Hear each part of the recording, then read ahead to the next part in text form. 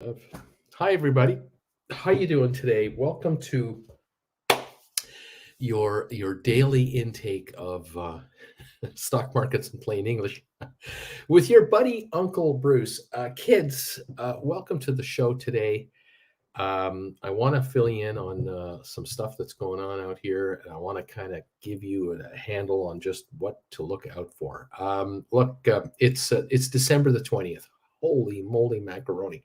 Whenever the calendar turns to the 20th of December, then the whole thing clicks into my head, and I go, "Oh my word! It's Christmas! I mean, geez, it's going to be Christmas again." Yeah, unbelievable. When it's the 17th and the 18th and the 19th, that's not Christmas. But December 20, oh, wow, 24th, 25th. Oh my gosh, here we go. Yeah.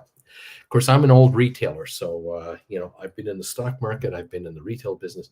And as a retailer, we're these days the most important days of the year. Oh boy, the payoff days, I should say the payoff days for an entire year's efforts. The last week and a half before Christmas, the stress, the pressure, you're just praying that what you loaded up on leaves the damn front door at full price. You're praying. Anyway, welcome all to the program today. I'm glad you're here.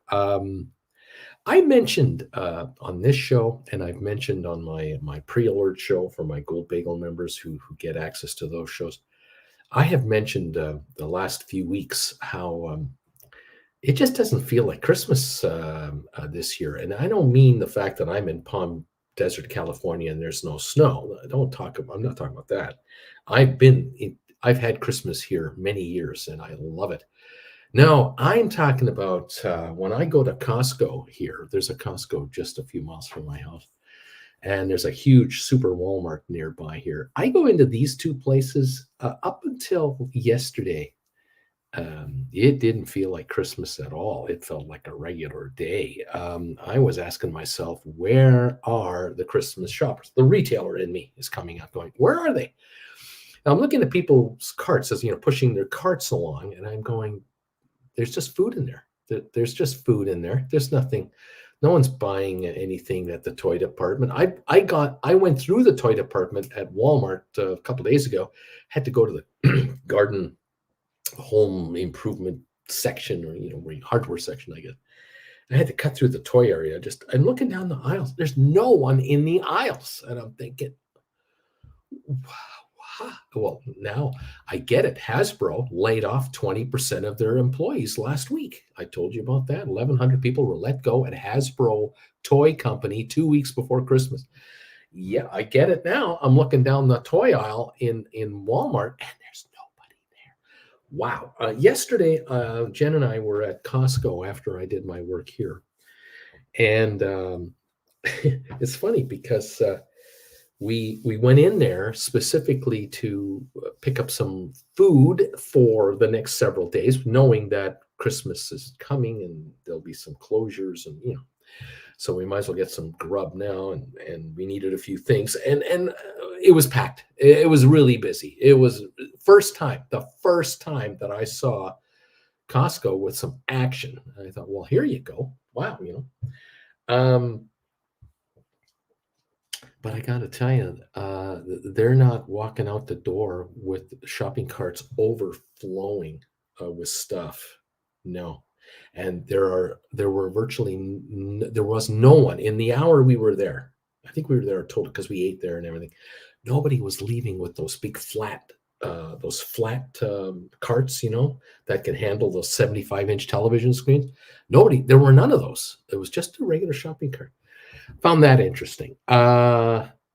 So Jen and I are talking yesterday. Well, do you want to eat something at Costco? Should we, what do you want to do? What do we do for dinner today? What do you want to, blah, blah, blah. And we always go through these debates. And we decided, well, let's just eat at Costco. And so a couple of slices of pizza and a drink. What is that? $6? And I'm just sitting there at sitting on the plastic picnic table, watching the people walking out, at the checkouts. I love watching people walking out. I just love watching people and see what's going on. Who's here? How are they acting? what do they got? What's the intensity of the place? And Jen and I are eating dinner for under $7. And I'm thinking, man, you can't beat this deal. even at In-N-Out, we'll each have a burger, share fries, and share a drink, and it's still $14-15. Costco, $7-8. If we would have had a Sunday yesterday to add it on, shared a Sunday, that would have cost us now what, $7-9. So cheap, unbelievable. I marvel at how this works, but I see why, because the volumes make it fly. But we are not making anybody rich. We are not making people a lot wealthier by just buying a dinner for $6.58 or whatever that price was. And our shopping cart, yeah, we had $100 of stuff in there. How can you not spend $100 at Costco when you buy, certain items? But that is for the next week and a half, 10 days. That's $10 a day for 10, that's $10 a day of food in there. Whatever. It is rather stunning. Now, this morning, news came out just before, about an hour and a half ago, I saw the news. FedEx shocked the market with a report and a revelation that they did not hit their targeted delivery sales, that their numbers of packages they are delivering is off. And the impact on this stock, FedEx stock, was massive. FedEx stock was down $31 a share a few minutes ago, 11% in price, from $280 a share to $249 a share. And this, to me, is a confirmation of everything I've been telling you here for the last month now. It just doesn't look like Christmas to me. There's something missing. The super Walmarts have been slow. The In-N-Out burgers, where we love to go to the In-N-Out burger, slow. There's tables available. Unthinkable. During dinner time, during lunchtime, like at the height of the market, they have openings. I'm going, where are the lineups for the drive-through? Where is this? What am I missing here? What am I not getting? Or am I ignoring the obvious that is in, it's right in front of me, so close that I can't see it. I'm so far into the trees, I can't figure it out.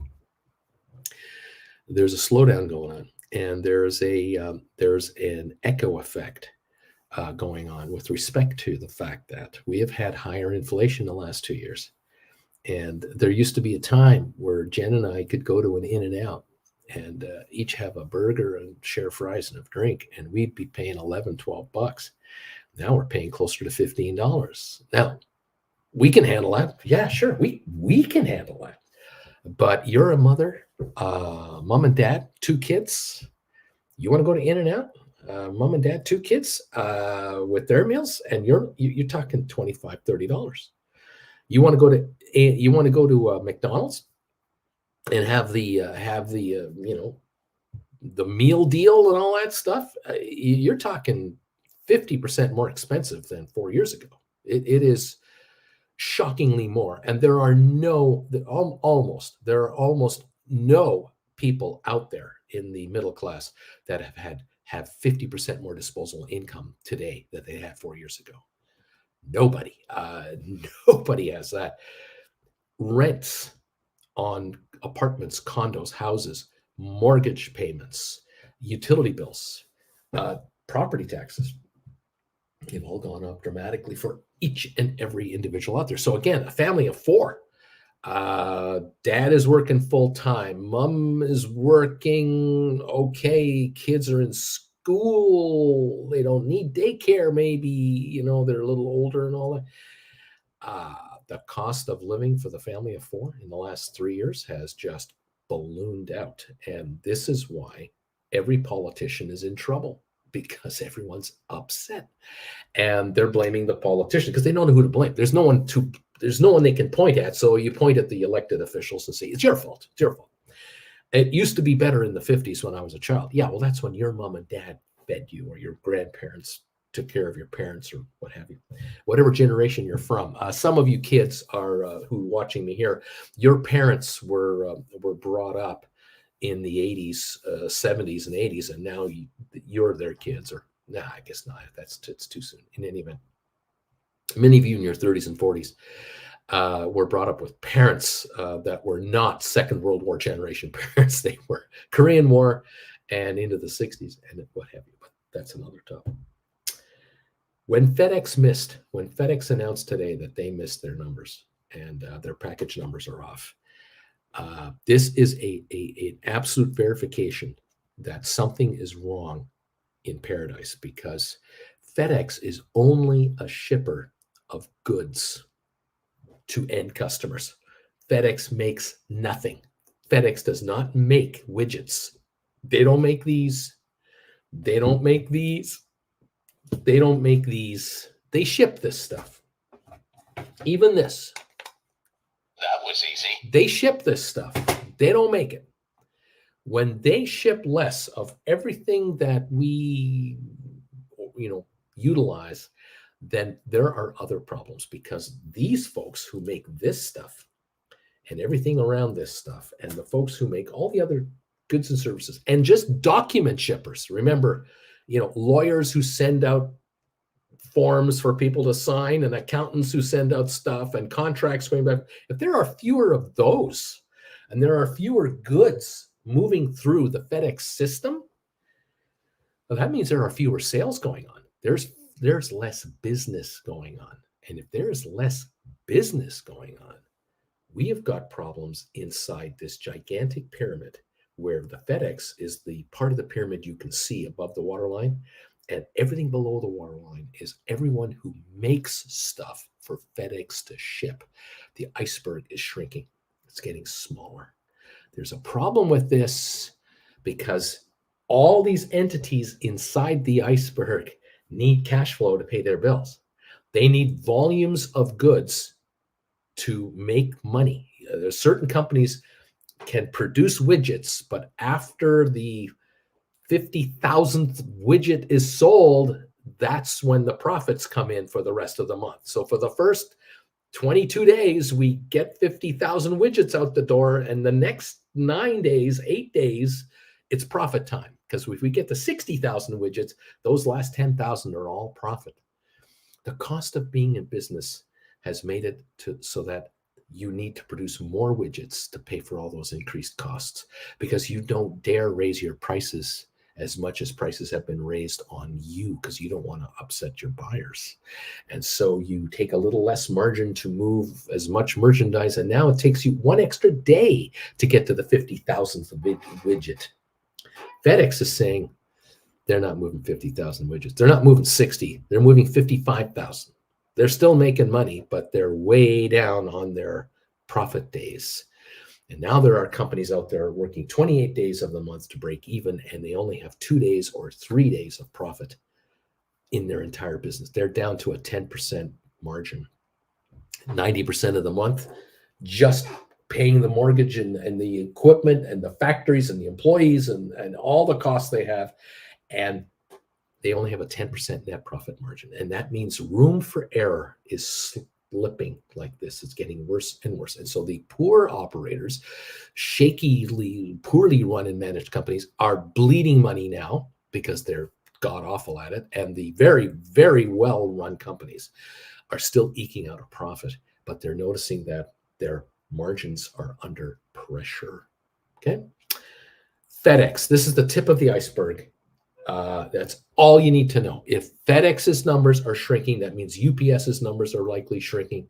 That might mean that Amazon is shipping fewer goods, because we're all in this shipping business. You find that the shippers are moving less merchandise, the railroads are in trouble, the trucking companies start to lose margin. Remember, if a railroad gets 95% of the business that they got last year, all right, you might go, oh, they're doing fine. They're still getting 95% of the business. They're not fine, because they don't have a 45% profit margin. They might have a profit margin of 7%. They just lost 5% of their 7%. Their margins just collapsed by 75, 80%.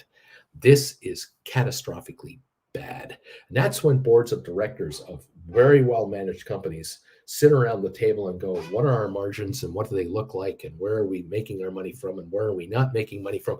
And now What do we have to do about it? Well, the first thing you have to do about it is you got to reduce your costs, because you're reducing your gross. Theoretically, if you're reducing your gross numbers, you are doing less business. You don't need as many people. That's got to be it. So layoffs, attrition, we're not hiring freezes, then furloughs. Beyond that, you begin to close down divisions that are underperforming. We're getting our butts handed to us in this division. Let's just shut that down and sell it off to somebody else and walk away from it, and improve the rest of the company's margins elsewhere. Or maybe we focus more on this part of the company than that part of the company, because this part of the company has a much higher margin, fewer employees for every dollar we bring in. Let's build that up, and that'll compensate what we're losing here, and then we'll just shut that off. There are appendages being cut by companies. They'll cut off their left arm for the rest of the company to make a lot of money. It's just brutal. FedEx is the tip of the iceberg. The other stuff to remember here, the 10-year Treasury note. If you buy right now a 10-year Treasury on the open market, you're going to get 3.88% return on your money. The government of the United States pays interest on its bonds that is issued. The bonds trade at different levels depending on what interest rates are doing. And if the bond market feels that interest rates are going to go down over the next year, then yields will drop and values will go up. You will pay more for a 10-year note today than you would have paid 2 months ago. 2 months ago, had you bought a 10-year Treasury note with $1 million you have lying around, you would have been paid 5.1% interest on your money. Today, you got $10 million, you're getting 3.88% on your money, because the bond market believes, along with not just the bond market, but the world believes that interest rates are going to come down. And they're going to come down, in some cases, analysts are saying, in America, 3.75%. We're going down to a 3.75% Fed funds rate from 5%. And the bonds are trading almost right there, right now. Except for one thing. As Jack Palance would say in the movie with Billy Crystal, there's one thing. Got to remember one thing. What if it doesn't? What if interest rates don't go down? Because the Fed funds rate haven't been dropped. Central bankers around the world have kept rates steady. They just announced a new policy for the last couple of weeks. The Fed last week, rates, we're not cutting rates. We're not raising them, but we're leaving them where they are.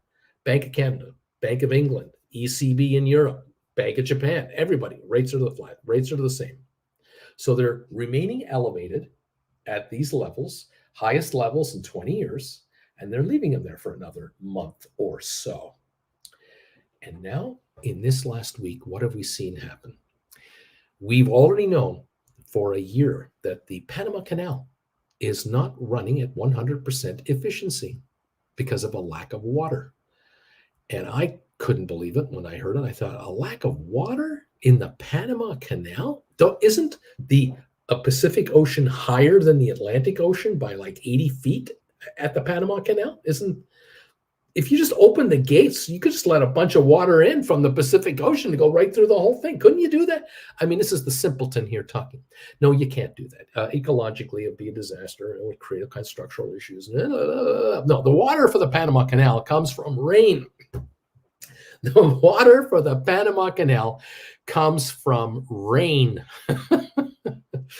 All around the Panama Canal for generations, for millennia, rainforests exist. And so there's usually a lot of rainfall in and around Panama Canal. Because Panama, if you've ever been to the Panama Canal, it's kind of humid, hot and humid because it rains all the time. Daily showers and so on and so forth. Well, we've had a lack of rain in the Panama Canal now for like a year. A drought at the Panama Canal. Levels are down. That means shipments of goods through the Panama Canal are not at 100%. There are backlogs on both sides, and that means some of these ships have been diverted around South America to get to where they're going. There are shipments now doing the long way around from Asia to America or America to wherever, because the Panama Canal cannot handle the regular volume of ships. The Suez Canal. right now. We're hearing about the Red Sea and these so-called drone attacks that are going on by these Hutu rebels and these people we don't know anything about. The problem with Yemen and Saudi Arabia is spreading now into this area. If you have a container ship with $100 million worth of stuff on it, with these, with 6,000 containers on your ship, these gigantic monsters that go through the Suez Canal. A week ago, you would pay $100,000 insurance to insure the ship and all of its contents through the Suez Canal. In other words, to get it from Singapore to Naples or Rome or to Barcelona, to get to those ports, $100,000 insurance. Today, $500,000 insurance, because there are drones being sent out with bombs on board to sink these things. Insurance companies are going, we're bumping it to 500,000. Don't be surprised if in the next couple of weeks you hear that insurance goes to 2 million per ship, per load. What does that mean? Why should you care if you're in Peoria, Illinois? Why should you give a crap if you're in Springfield, anywhere? Why do you care if you're in Calgary, Winnipeg, Moose Jaw, Saskatchewan? You're in Fresno, you're in Cape Cod. Why do you care? Because, my friends, if the cost of shipping rises, as it is and will, the cost of goods to your receiver of these goods is higher. And guess what they're going to do? They're going to pass it on to you and me and our distributors. So Target and Walmart and Costco and every other retailer in the United States, all manufacturers in Europe, all manufacturers and importers around the world. Either way, it doesn't matter what direction. It can go from America through Panama Canal. It can go Europe through the Suez Canal to Asia. Each shipment is going to go up millions of dollars a boat, hundreds of thousands of dollars a boat. These costs are going to be passed on. And at first, it's like 1/10 of a percentage point, 1/4 of a percentage point higher inflation. No big deal. No big deal. Yeah, it is a big deal. Because central bankers look at inflation numbers and go, oh, we just had 0.5 percentage point rise in the inflation rate from 3 to 3.5%. We're not lowering rates. All of a sudden, the theory that the bond market has been pushing, the story, the directives, the hopes, wishes, and dreams and aspirations of the stock market are blown out of the water. We're not going to have any rate cuts next year at all. Maybe we even have rate rises next year because inflation will go to 4.5%, 5%, 5.5%. The bankers will raise rates to bring it back to just 3%, let alone the target of 2%. Starting Jan 1, every union worker that had a new union contract negotiated this past summer and this fall, they get their raises starting Jan 1. There are people in the United States and in Canada and Britain and Germany, elsewhere. They're getting 8 to 10 to 12% raises Jan 1. And the year after that, another 6, 8, and 10% raises on the second year of their 4-year deal. There are huge inflation pressures coming into this economy. It all starts in 11 days because it's the 20th of December. 11 days it all begins, Jan 1 or 12 days. Get ready for that. This is going to upset the apple cart because the markets are priced to perfection. The stock market is priced to perfection. And when it is, that's bad news because one little glitch, one tiny little misstep, one little thing like, we just released our financials to the world. We broke our sales records. We exceeded our expectations on earnings. We bought back $1 billion of our stock in the last quarter. We sold a record number of widgets. And looking forward to next quarter, we think we're going to have a 5% increase in sales. And the street thought you were going to say 5.5% increase in sales. Down goes your stock 15% now because you were priced to perfection. And perfection is impossible to hit every single time at every metric, no matter what. And if the thinking, just the psychological thinking of people in the market around the globe is the same as I'm starting to tell you about, oh, geez, costs are going to go up next year. This whole Suez Canal thing is a mess. The Americans are trying to, with the Brits, they got warships out there to try to stop these stupid drones from landing grenades on these boats and what have you. There are other countries that want to join. Don't want to join in. They don't want to help the Americans and the Brits stop this stuff. Well, why should the Americans give a crap about a ship going to Portugal? Wouldn't they give a crap about a ship going to Atlanta, going to Miami's port or Fort Lauderdale's port? What's going on here? This isn't good. Of course, if you're Saudi Arabia and you notice that oil tankers are having a tough time going from Saudi Arabian ports through the Suez Canal, or in the Red Sea, that means oil prices are going up, because if there are possibly bombs being dropped on oil tankers in that region, that will cut off oil into Europe from the Suez Canal. There's a lot of countries and 400 million people depending on oil to come in through the Suez Canal to the refineries in Europe to provide everything. Natural gas, gasoline, diesel fuel, on it goes. If that is cut off, or it's more expensive, it's $5 a barrel more in cost to get a barrel of fuel to the final result, the final destination. Up goes the price of fuel, up goes the price of oil. Saudi Arabia is going, great. We don't have to cut 1 million barrels a day in production. The price of oil is going up anyway. We're winning because we're not friends of the United States. We're not friends of Brits. We're friends with Iran. We're friends with China. We're friends with Russia. We're friends with our other oil-producing nations. And we don't mind if these rebels cause a little bit of havoc out there. This is fantastic. Let's get a lot of press out there. Let's hire a bunch of shills to write a bunch of articles to tell the world how bad off oil supplies are going to be for the foreseeable future. We can run the futures market up nice and high. Higher inflation. If oil goes to $85 a barrel, $90 a barrel on this hype, do you think a gallon of gas is going to go up in the United States? Oh, you bet your sweet bippy it's going up $1 a gallon. You damn right it is. And who are you going to blame? Well, President Biden, of course, because he's the president of the United States. Everything is his fault. Everything is the fault of whoever the president is. Doesn't matter who the president is. It's always their fault. We're talking about global forces here that could upset the apple cart. And it's getting kind of interesting out there. Welcome all to the party, pal. I don't want to be the bearer of bad news. I just want to be the guy to tell you, here's what you need to watch out for. Here's what you need to pay attention to. I think what might happen in 2024 is that the realization of most investors, well, let's put it this way, most sophisticated investors out there, and that includes you because you're here. I think you're becoming more sophisticated than the average investor by hanging around with this old fart. Cash is going to be king in 2024, if it isn't already. And I got to tell you, you may find that it might become irresistible in 2024 for some of you out there to put a portion of your portfolios into interest-bearing investments. Maybe a 3-month treasury bill, maybe a money market fund, short-term money market fund that has high yields, a bond fund. You might be interested in putting money through your local bank because they're offering 6.5% on a toaster oven for a 1-year tie-up of your money.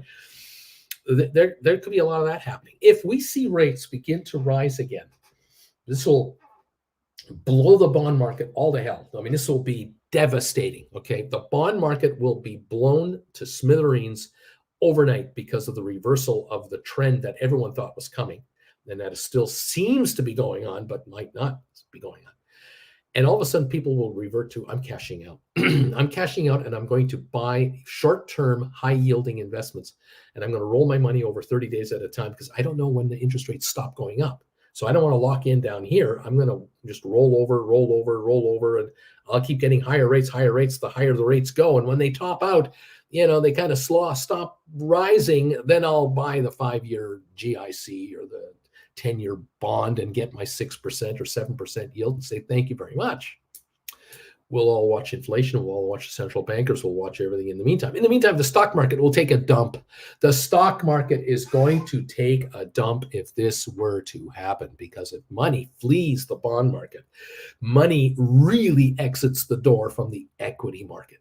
Because in the last 2 months, we've had so much cash come into the equity market from successful bond traders And people are saying, I don't want to have money in a 10-year note at 3.8%. I want to have money in the stock market where if stocks just go up 3.8%, I make more than in a bond. And I feel more confident with lower interest rates to put money into the stock market because corporate Canada, corporate America, corporate Europe can make a nice return on my money if they have lower interest rates to do business with. That's been the mentality for it's really kicked in the last couple of months. We're near all-time highs on the markets. But at the moment, the Dow's off 61 points. S&P's down 7, Nasdaq's down 38 because people are going, wait a minute, whoa. FedEx didn't do what? FedEx what? Didn't hit the metrics that the market had thought it would hit. The price action on FedEx earlier this morning, was so profound that the Dow Jones was affected by 170 points because FedEx was off. Because FedEx is a Dow component. It's one of the Dow 30. It's one of the largest companies in America. It is huge. They're forecasting sales declines. They're not even talking about what's going on now. They're forecasting going forward sales declines. This is not what people were expecting and what they wanted to hear at all. And they've already had aggressive cost cutting drives, staff cuts, fewer flights, reorganization of their air network. I'm reading an article here. There's all kinds of stuff they've done already, and they're still looking at issues out there. This isn't so good. This is the tip of an iceberg that a lot of people don't maybe fully comprehend just how massive a problem this is. We're at $249.98 on FedEx. The shares did briefly touch 242 or so, 243, down $30 right now at 249. And the price earnings ratio, by the way, is 18.45. This is not a 50-time PE multiple stock. This is the other shocker to those out there who watch this business. They look at the fact that this is an 18-time PE multiple corporation, not a 50-time PE multiple or 80-time multiple, and they are getting hammered 11% right now on the market. If this company is vulnerable to that kind of a hit, what about Costco that's trading at whatever, 50, 80 times earnings? What about Apple? What about Google? What about Amazon? What about everybody else that is way overpriced for the kind of returns that they're generating? Taking a look here at some of these other favorites. Over at Adobe, 51 times earnings. NVIDIA, 65 times earnings. These are winners. Tesla, 82 times earnings. I have news on Tesla today. What about, let's take a look. Google, 26 times earnings. Not quite so bad. Let's see. Cisco Systems, 15 times earnings. That's better. Let's take a look at Microsoft at $373, 36 times earnings. Amazon, $153 a share, all-time high, 155, 80 times earnings. If they were to trade at 40 times earnings, which would still be ridiculously high, they would be trading at half this price. This is the downside that some of these companies are vulnerable to. Not that they're going to do it, but they're vulnerable to this kind of thing. A 40-time earning multiple is still ridiculously high out there. Let's take a look at some others if we can. Yeah, Meta, the old Facebook, 31 times earnings. 31 times earnings for Amazon, that would drop the stock by 2/3, easy, maybe 70%. Costco, $677 a share, 46 times earnings. For a retailer, that is ridiculous. That's triple normal. That's a stock $400 too high per share. Just saying. Walmart is 26 times earnings. Why wouldn't Costco be 26 times earnings? There's a haircut there. Possible. Anyway, there you go. There's just a brief little recap of the vulnerability of the market, because the stock market is trading ahead of itself, which it always does.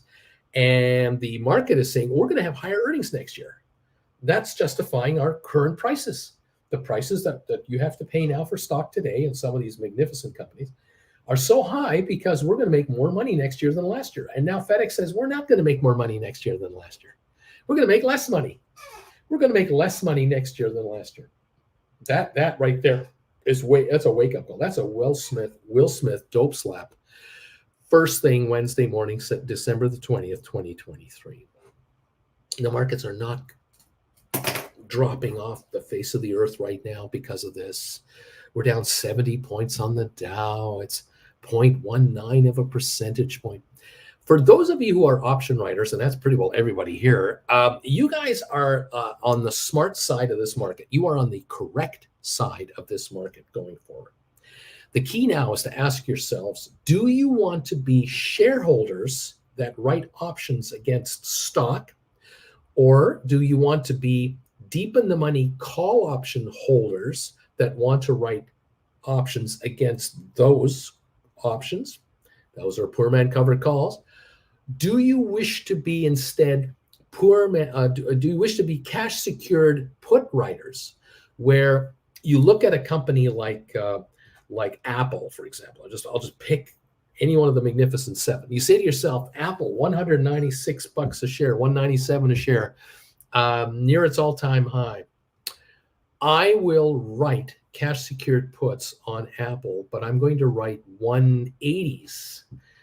They're out of the money. I will go forward a couple of months. Give me $3, $4, $5, whatever I can get for them. And if I have to, I'll pay 180 for the stock, less the premium I got. So maybe I'm on the hook for 176 a share. And it's a 196 stock. I'll pay 176. If the market has a bad month, Apple might go down to 170, 180. I'll buy it at 176. And at that point, I'll write a call option against it now that I'm long the stock, I guess, or I'll just sell the stock and I'll write another put, cash secured put. I'll take the premium and I won't own the stock. I don't want to own paper that might go down in value. I want to win if it goes down in price, actually. And so I'll write out of the money puts so that I will win. I will win on that trade. I have room to win.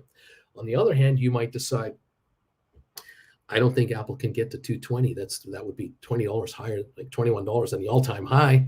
I'm going to write $220 calls, and I'm going to buy $230 calls or 240s and do a credit spread.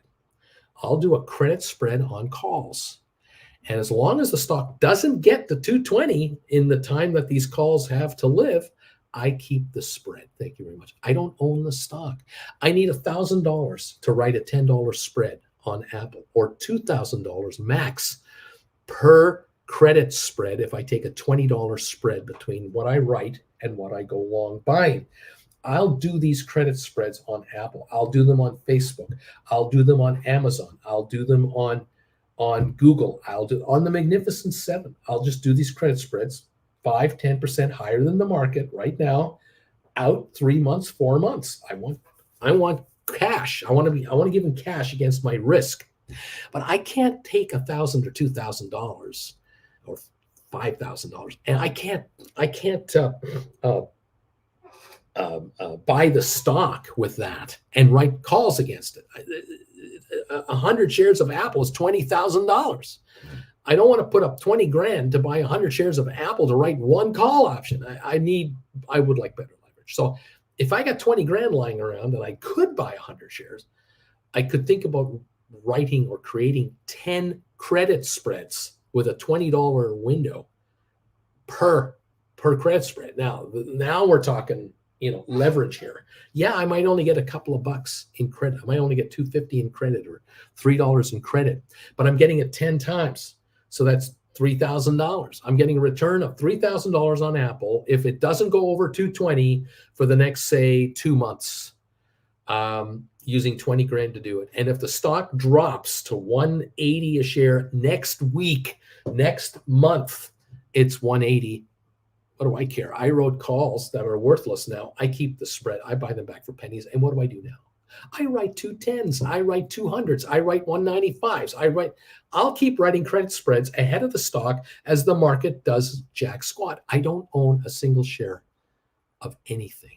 In other words, the money I have, which is cash, is allowing me to bring interest income in because I have cash in a margin account. The margin account, depending on who you use out there, might pay you 4% interest, might pay you 4.5% interest. I don't know what they pay. You've got homework to do. You may find that you're going to buy US Treasuries or short-term money market fund of some kind that your brokerage offers you for your cash that gives you a yield of 4.5%, 5% per year paid on a monthly basis. And you're going to then margin that to be able to write cash secured puts or write to write credit spreads, call credit spreads. You might do cash secured puts as well. This is where you might head. You might head to the condor market. You might decide, Bruce, I'm becoming a condor person now. You've convinced me. I'm going to go out 2 months, 3 months on a bunch of stocks, and I'm going to have 15% downside, 10% upside protection here. I'm going to do a spread that is as wide as a Mack truck, and I'm going to go with $10 and $20 spreads, $20 spreads on the calls and the puts so that my insurance costs are very low and the credit in is very high. And I'm going to fold my arms. I'm a cash only player in this market. I don't hold any stock whatsoever because if this market is going to take a 20% dip, a 25% dip, a shock dip, like it's going to back up, then I want to be nimble enough to be able to roll my calls or puts lower with these markets, stay ahead of the stock and the index or whatever I'm working on, but I'm not owning anything. I don't own something that depreciates on me. Thank you very much. You might play that game. That is probably what is going on right now at major privately managed hedge funds. They are all in cash and they are playing the options market to generate revenue on their cash. And they're sitting there going, we don't want to buy a 10-year treasury at 3.8%. We'll just do a 30-day note and roll it every 30 days. So if rates do pop back up again, we'll be into the 4%, 4.5%, 5% interest rates on 30-day notes. If they go into the 5.5%, 6%, we'll play that game. We'll eventually buy 3-year notes or 10-year notes if we really see good yield. But we need evidence that inflation is really going to come down later. What about the expectations of if it's going up in the meantime, how high? This is what a lot of hedge fund people are asking themselves. Same with all other investment funds out there. Now, the pension funds and the mutual funds, these folks and the index funds, they're trapped in the index. They're trapped in like pension funds. They have a nasty problem on their hands. They can't just be in cash. They have to be in assets that generate revenue. So they're into dividend-paying stocks. They're into long-term bonds. They're into mortgage-backed securities. They're into car loan-backed securities. They're into, unfortunately, many of them, office tower securities that were put together in the last 15 years that were doing great until 2 years ago when COVID broke out. There are pension funds out there that are scrambling to keep revenues coming in. They're happy in the last 2 months. All these portfolios have gone up in value, and they do write options. They write options as insurance against their investments. Smart people. These are the best of the best, and they are able to manage hundreds of billions of dollars of assets and divide them out into slivers of investments all over the place. They're not into any one stock that will break them. That's the key to a pension fund. But in the meantime, you folks who are managing your own 1-person, 2-person, 1-family pension fund that you're in charge of, you have to be very nimble and you have to be on top of what's going on. And so I bring this to your attention today as your friend, your old buddy, Uncle Bruce. And I say to you guys, FedEx is missing their numbers. This is a warning sign. This is a shot across the bow you have to pay attention to. You cannot ignore this. Just say, there it is. Welcome everybody to the program. Thank you for joining me today. You know what you have to do. If you're a regular here, you know what you have to do. If you're not a regular here, you're a newbie. You have to become educated on what the hell is going on. You've got to understand what all I'm talking about will mean to investments, and you have got to understand How are you going to make money in this market if it's going to be a declining market or we've topped out for a while? How can you make money from this market? Because there are no let-ups on the bills coming in your front door. You're going to get hit with emails going, your mortgage is due, your electric bill is due, or you just got dinged $200 from your bank account because you have an automatic payment for that and it just went out the door. How do you replace that money?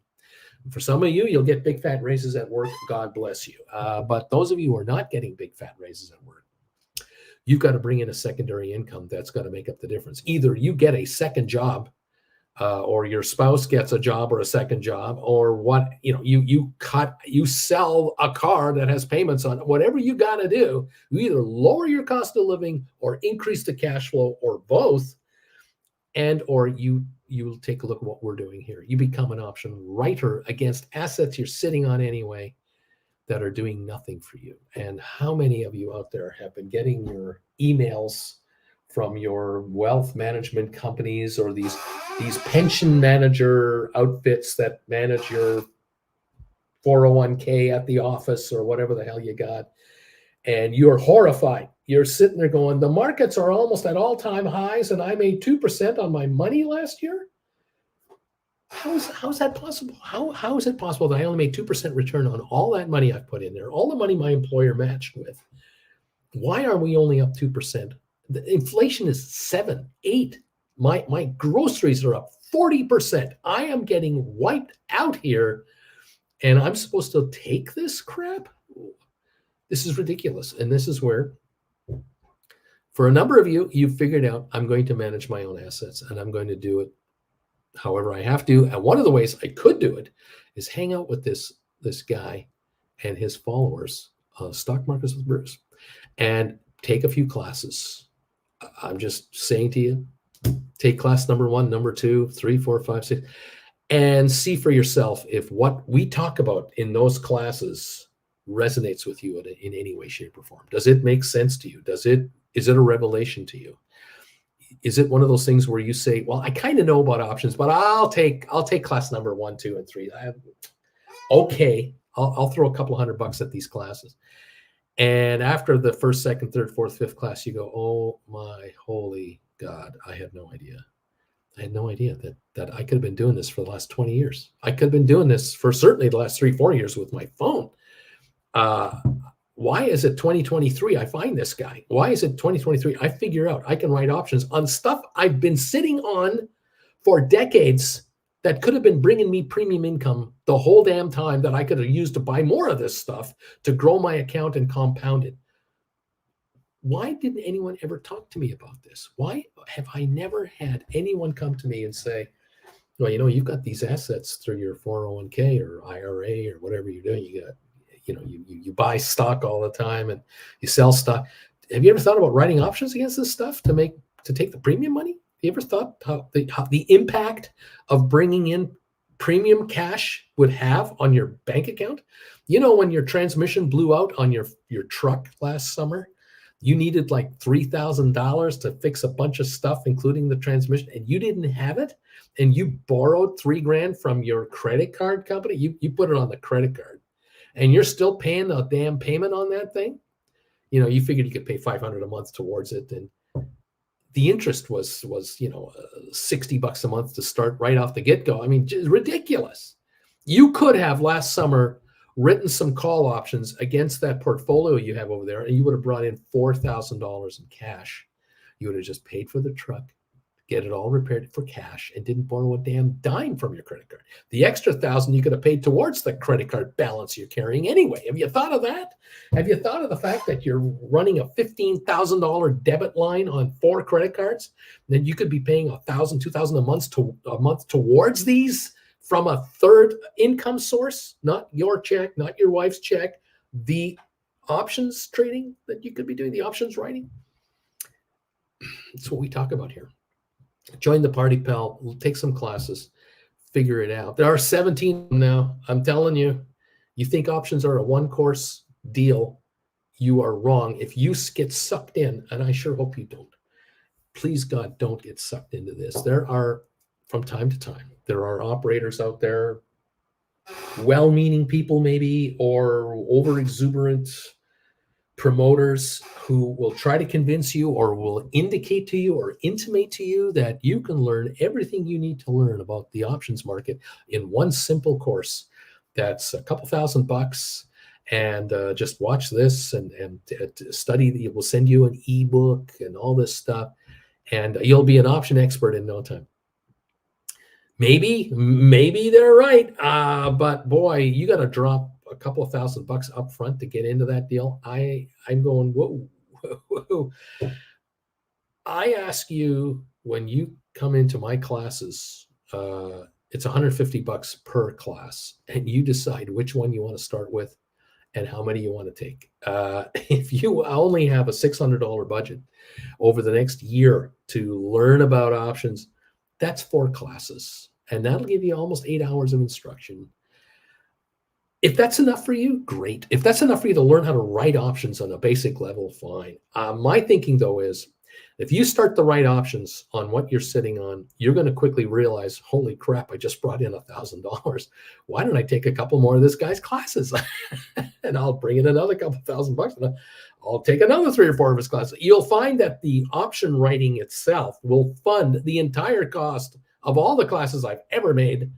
And if you ever want to have a one-on-one with me to really go into your stuff, it'll be all funded. And the more you know, the more comfortable you get, the more better you're going to be as an option writer. You're going to understand the other side of the options market. In other words, the people you're up against to try to make money in the options market. You have to understand what they think, how they breathe, what they eat, what they're looking for, why they do what they do, how you take advantage of them, where you win, where you could lose. You've got to understand the psychology of the business you're entering. If you are an accountant or a doctor, or you're a mechanic, or you're a retail person, I don't care what you do for a living, whatever you do for your living, you have understood the business that you are in. And you've had years of experience probably to learn and understand the psychology of the business you are in. I cannot come to you if you sell carpeting and bullshit you on information about carpeting that you don't know. You're going to look at me and go, you know what you're talking about. You're full of crap. Of course. Well, when it comes to the options market, you've got to think the same way. You've got to go, I'm coming into an options business that is a multi-trillion-dollar game run by the most sophisticated hedge funds on the planet. And I think I'm Mr. Smarty Pants that can just walk in here and start writing options and showing them how it's done. Oh, I have bad news for you. No. You have to get a handle on just what is going on over there and how it's done.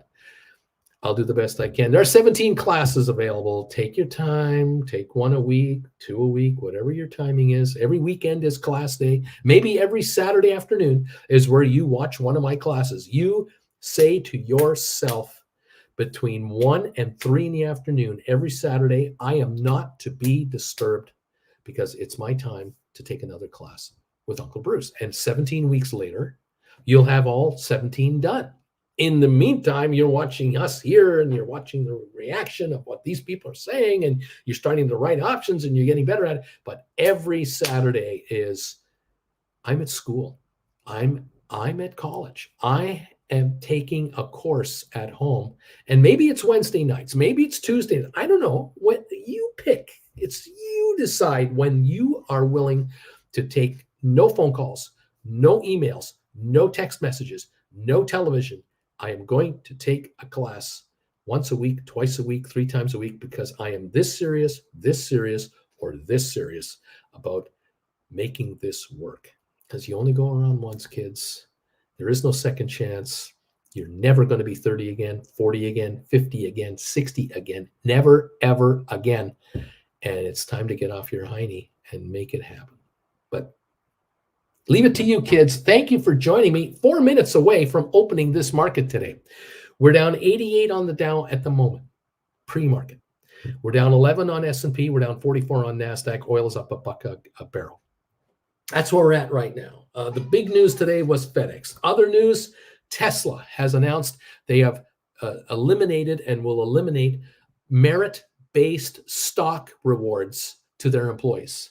This surprised me. It's surprising the street big time. Why would Tesla not issue stock from its treasury to its top performing employees as a merit?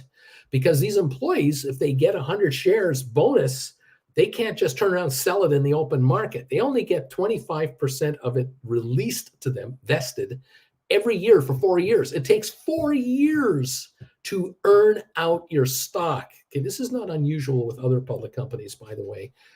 Many of you out there who are in public companies and are being given stock rewards, or you're being given stock options that you can acquire, you all have different vesting and rules and how you can do with what you can do with it and all this stuff. Some of you can't touch the stock and do anything with it unless you leave or after 10 years or whatever. It's all different. But in Tesla's case, 4-year vesting, they're not even offering that anymore. And that is going to be an interesting debate going forward.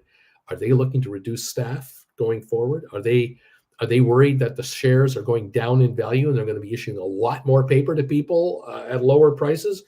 Does Elon Musk think his paper is 1/10 of where it should be right now? Like, what's the thinking here? I don't understand. Apple Corporation. Apple's been told not to sell their watch starting Christmas Day. They can't sell the watch in the United States anymore unless President Biden overturns that decision by whatever the entity is that made that decision. A lot of talk about Apple in its future and what the next year will bring. There are two sides of the argument. Some people are saying Apple is having copyright problems, patent problems, and they're going to run into restrictions here and there and here and there. And then others are saying these guys in that app store of theirs is a cash cow. The app store is going AI. You're going to start getting bombarded with opportunities to purchase AI things for everything in your life, including healthcare. And in other words, people are going to be intimated to people. You don't have to go to your doctor. You can self-check yourself out. You can check your own blood pressure. You can check your heart rate. You can monitor this and that, and all through your Apple Watch. And Apple will go, it's only $19.99 a month for this service, or it's $100 to buy this app. Apple gets a cut of the action. They don't create the app. They just market it. The App Store for Apple is a cash cow, and it's expected to continue to just flourish with AI applications for everything, including stock trading and option trading. Watch out. We're coming to that level. All right, there it is. Welcome all to the show. Larry is being asked by a few folks, maybe it's time to hit the button there. No pressure there, pal. Larry, it's time to hit the buttons. It's almost 8:30 Eastern. Come on, Larry, you could do it, says Flint Creek. It's time to go. Let's hit the buttons and start trading. Do it, son, says Luca. Do it, do it. He's not going to do it until it's time. Everything has its time, and that time has come. That Larry has said, you know what? It's time to open trading right now. I'm going to hit the bells, and trading can now commence. The entire world thanks Larry Titus for his services. The bell ringer of the world. We're up and running. The bells. Here we go. Oh, there it is. Thanks, Lair. And the rough. And away we go, baby. The bells have been done. Well done, my man. Welcome to the party, pal. It's nice to see you all here. It's great to have you here today. What is going to happen today? Is SoFi going to break $10 right off the bat today? Is SoFi just going to go right through $10 a share? First thing this morning, where it couldn't break $9.99 for almost all the morning yesterday. What's going to happen? I see it at $9.98, I think, right now. So I think we're up about 4 cents. But will it break the $10 barrier in the first 5 minutes of the morning? And will it be at $11.25 in an hour? Could, might, I don't know. Would be nice. $9.99 right now on your SoFi. $10 trade already has been registered, apparently. 10.02. I think I've seen a 10.02. Has anyone seen that already? Maybe the seller that was around yesterday is not around anymore. Maybe they got blown out yesterday and they're not here anymore. Now the stock can go to $10.50, $11.50, $12. It's $10 right now. It's trading at 10 right now. I feel like I'm Eddie Murray in Trading Places. He's right there. That's him right there. I see him. I don't know what's going on. The FedEx drop-off is costing the Dow 200 points right now. The Dow is off 200 points from where it would normally be because of FedEx alone. Just FedEx. Oops. We're down 61 on the Dow at this moment in time, waiting for the entire market to open up and get trading here. We'll find out in the next few minutes where we're at. We're down 8 on S&P. We're down 19 on NASDAQ. Federal Express is part of the S&P 500. Federal Express might be part of the NASDAQ 100. I'm not 100% sure on that. And so it will affect other indexes also. But on the Dow 30, it affects it for sure. I see SoFi right now between $9.88 and $10. We're all over the place. So just calm down on SoFi. It'll be fine. GameStop 17.53, down 19 cents, 17.52. The Qs are off 94. The spiders are off 80. AI down 14 cents at 32.14. It's been a good week at AI. Spires are down 24 cents. The Dow now down 75, 79 points as we are just opening up. Apple is down 7 cents. Enphase down 266. Netflix down 319. Adobe is up 309.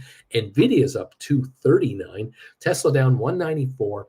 We have Rocket Lab up a couple of cents. Matterport down 5. SmartRent up about 6. We've got Unity down 32 cents. Google up $2.95. Moderna down $2. It's a mixed bag here. Cisco up 5. Pfizer down 6. IBM down 80. HPQ down 18. Microsoft up 70 cents. ME is at 91 at the moment. We were at 92 early this morning, almost 93. We'll watch ME to see if it takes a run at $1 at any time. Amazon, 153.71, down 8 cents. Home Depot, down 79. Vanek Vectors, down 71. Goldman is down $2. Boeing, down $1.87. Meta, down 86. Target, down 150. JP Morgan, up 19. Costco's down $4. Walmart is up 9 cents. Disney's up a penny. American Airlines down 11. AMC down 22 cents to $6.52. DraftKings down 22, and Royal Caribbean down 4 cents so far this morning. SoFi 991 seems to be the latest indicated trade. Volume on SoFi in 4 minutes, 3 million shares to start the morning. That is the initial salvo on SoFi. GameStop right now is on a volume of 148,000 shares. And we're trading at 17.55 after dropping to 17.42. We're down 17 cents and climbing. 17.57 on GameStop. It's coming back on right now. SoFi's high of the day, 10.02. The low of 9.85. And we're at 9.90 right now, down 4 cents on SoFi. Early quotes as we settle in and get this thing started. Cheers, everybody.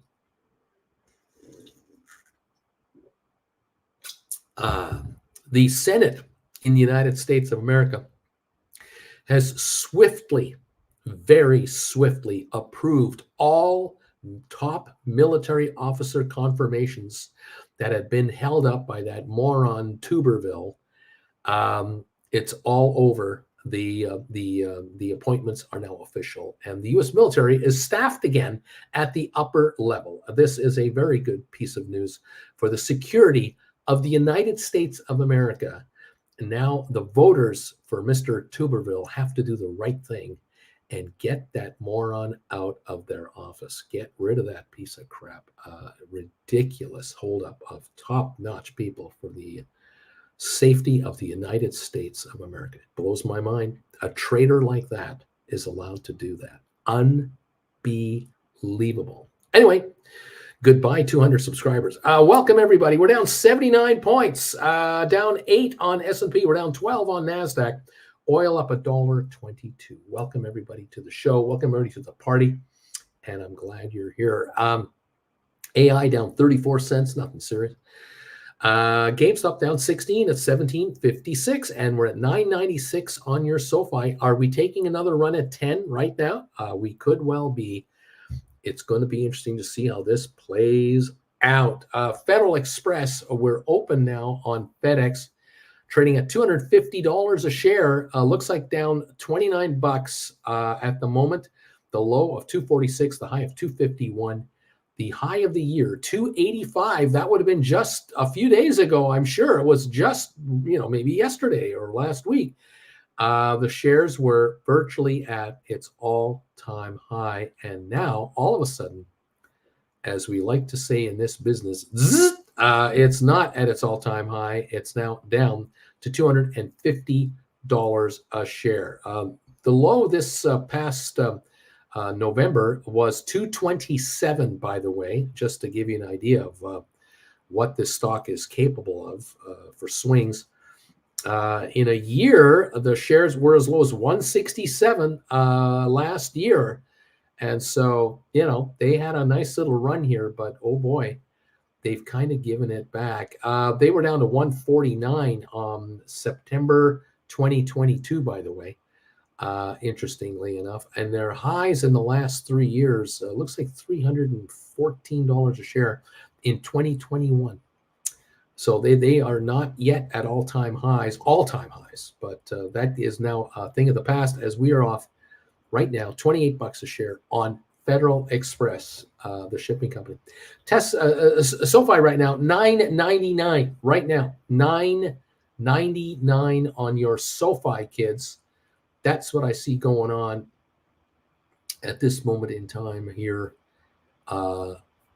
in the big city. A very interesting developments going on here. All right, there you have it, guys. We're up, we're running, we're open.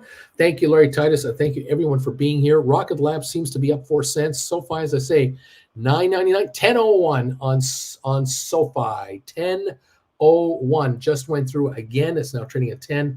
We have taken out all the loose stock that was hanging around here. 4.4 million shares has come through. 10.02 now on SoFi. Get ready. We could go to 10.25 in a moment if this has truly been wiped out. 10.06. Here we go. The run could be on. 17.86 on GameStop. We're now plus 14 cents. The low 17.42. That was 44 cents ago. In the last 5 minutes, GameStop is now up to 17.86 on just 287,000 shares.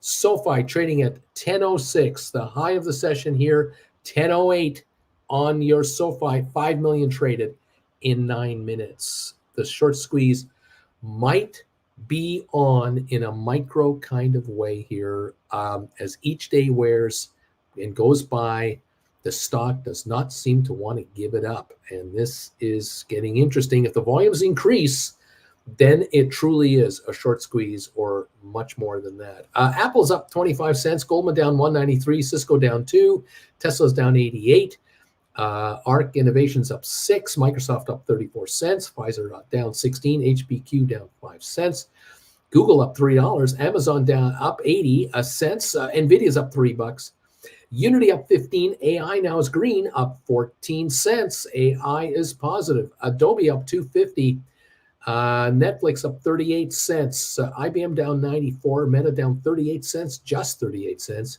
Vanik down 79, Home Depot down 47 cents, Enphase down $1.98. Welcome to the party, pal. So nice to have you come by and see us. 10.14 on your SoFi, kids. 10.14. How are those $10 cash secured puts working out for you guys? How are those 9s? How are those $7 cash secured puts looking that you were writing a little while ago? You ain't seen nothing yet. This is nothing. We are just getting rolling here.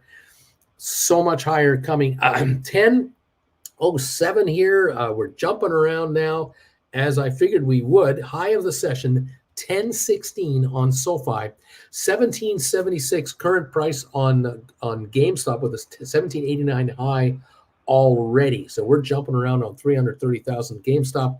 We got a bunch of SoFi trading hands. Volume now on SoFi is 6.2 million in 11 minutes. That is what's going on your SoFi. A nice little start to the session. Some folks are watching SoFi. Bobby, 10.05. JR, 10.07. 10.08. 10.10. Bobby, 10.11. JR, go SoFi. Bobby, 14 cents. Oh, man. Bobby, 30-cent gains. I'll take this every day. Robinhood at 52 weeks high, say Brian. Not a lurker. 10.14, baby. Bobby, beautiful, Uncle Bruce. They are minus 30%. My cash secured puts have dropped by 30%. Go SoFi says not a lurker anymore.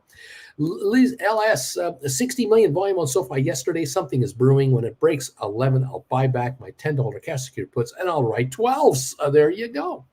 That can be done too. 10.08 right now, 10.10 right now on SoFi. We are running along. The GameStop back to 1768 down to nickel. Not to worry.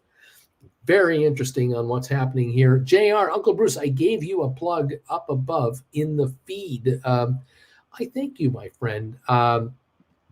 JR is saying here, 2K on the other option trading programs. Hell no. I dropped $5,000 on a program.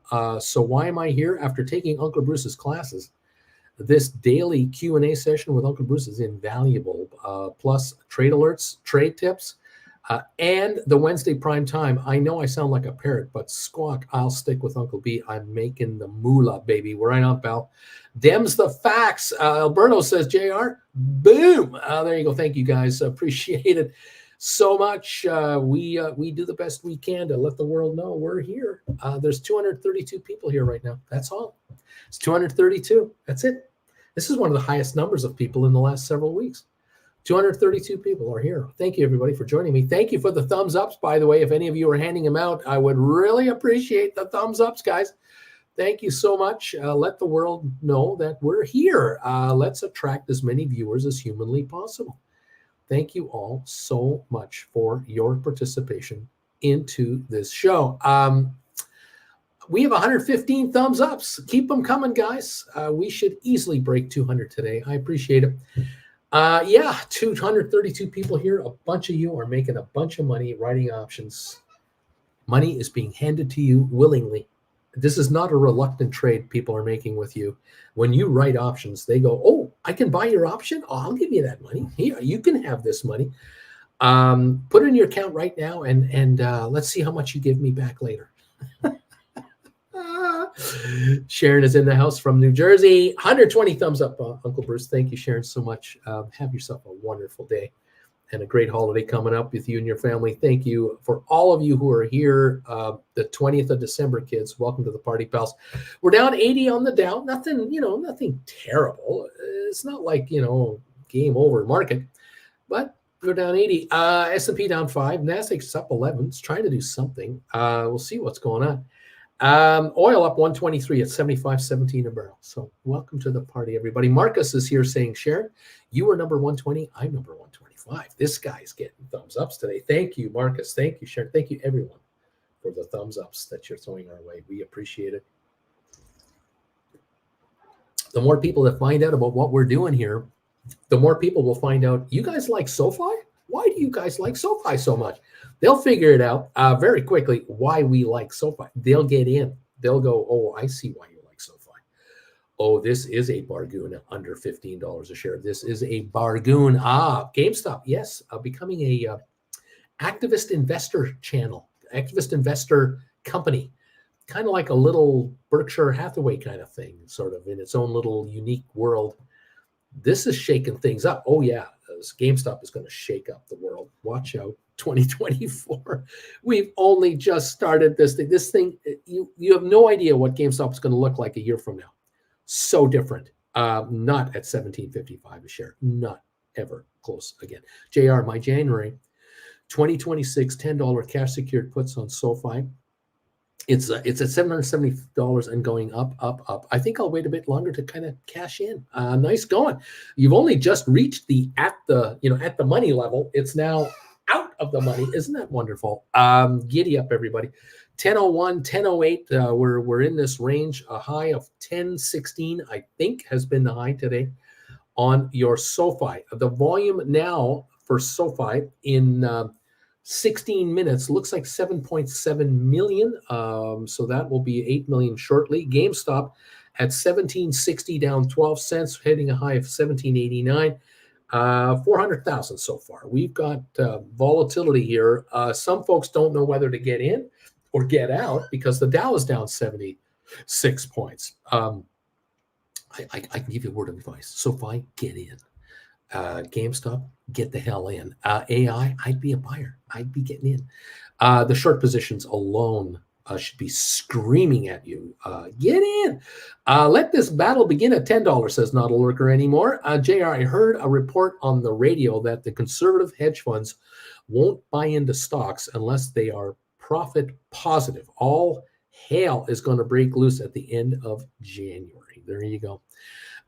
Thank you. Is this Beach Boy? Donation just came in on PayPal.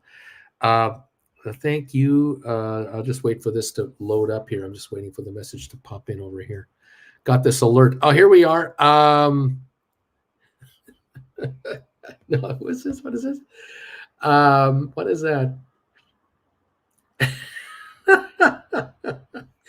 Alberto has made a second donation to PayPal. He did one yesterday. He's done another one today.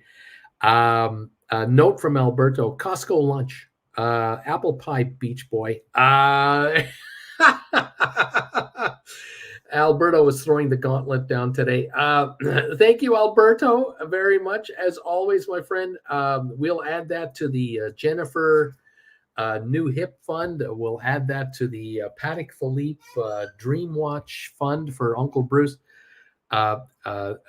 Thanks. Just thank you. And please get richer, because when you guys get richer, it just gets better all the time for us around here. I love when you guys all get richer. Brian, Uncle Bruce, you are so hot right now. Bobby, SoFi is the only green I have. I'm happy. All my rights are gaining to my favor. Giddy up. I suspect that some of you on your iron condors are kind of grinning from ear to ear out there with some of these lower prices. SoFi right now, 1001, up 7. Volume on SoFi at the moment, 8.3 million. This is still nothing burger territory. When we have 50 million in the first 15 minutes on SoFi, then you know. There's the sign. You want to know if you're in a short squeeze? There's the sign. Look out. That is when we know. And what moment this happens, it's wide open. It's just at any time. I do not know. Apple's up 49 cents. Enphase down 177. Netflix up 197. Adobe up 367. Nvidia up 153. Tesla up 76. You see a pattern there?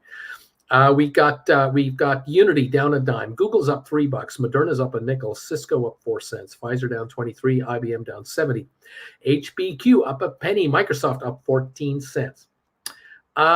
We've got Amazon up 78. Home Depot down 84 cents. Vanik Semiconductors down a 123. Goldman down 140. Boeing down 180. Meta up 56. Target down 134 right now. Costco down 7.30 right now. Walmart up 16 cents. Welcome to the party, everybody.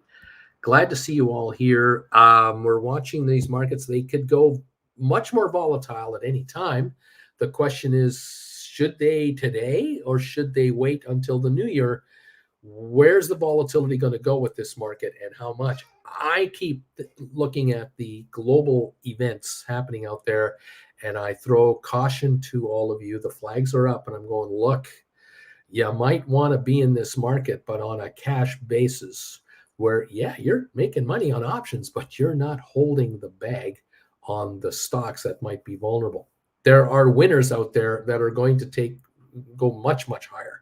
And of course, SoFi, I think GameStop are two of them. AI is another, in my humble opinion, that I think can do extremely well. Their short positions are just off the charts, and they're corporately doing much better than they were doing in the past. No doubt about it. So anyway, there you have it. Bobby is saying, I would enjoy Christmas with the Qs below 400, though.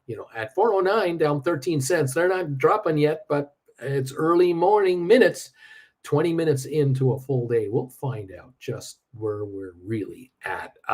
There's a ton of money, and I mean trillions have been wagered that the Federal Reserve has no choice. They must cut rates.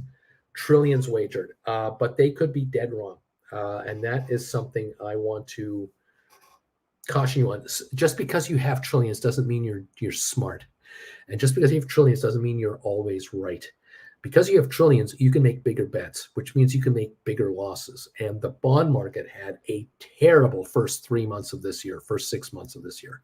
They got their butts handed to them all last year and early this year, and they've had a partial reprieve at the moment, but they haven't got their money back. They are still down on their investments from 2 years ago. The bond traders look better than they did a year ago, but they don't look better than they did 2 years ago. And there in lies the problem. There are desperado bond players out there who need a major move in the markets to break even from 2021.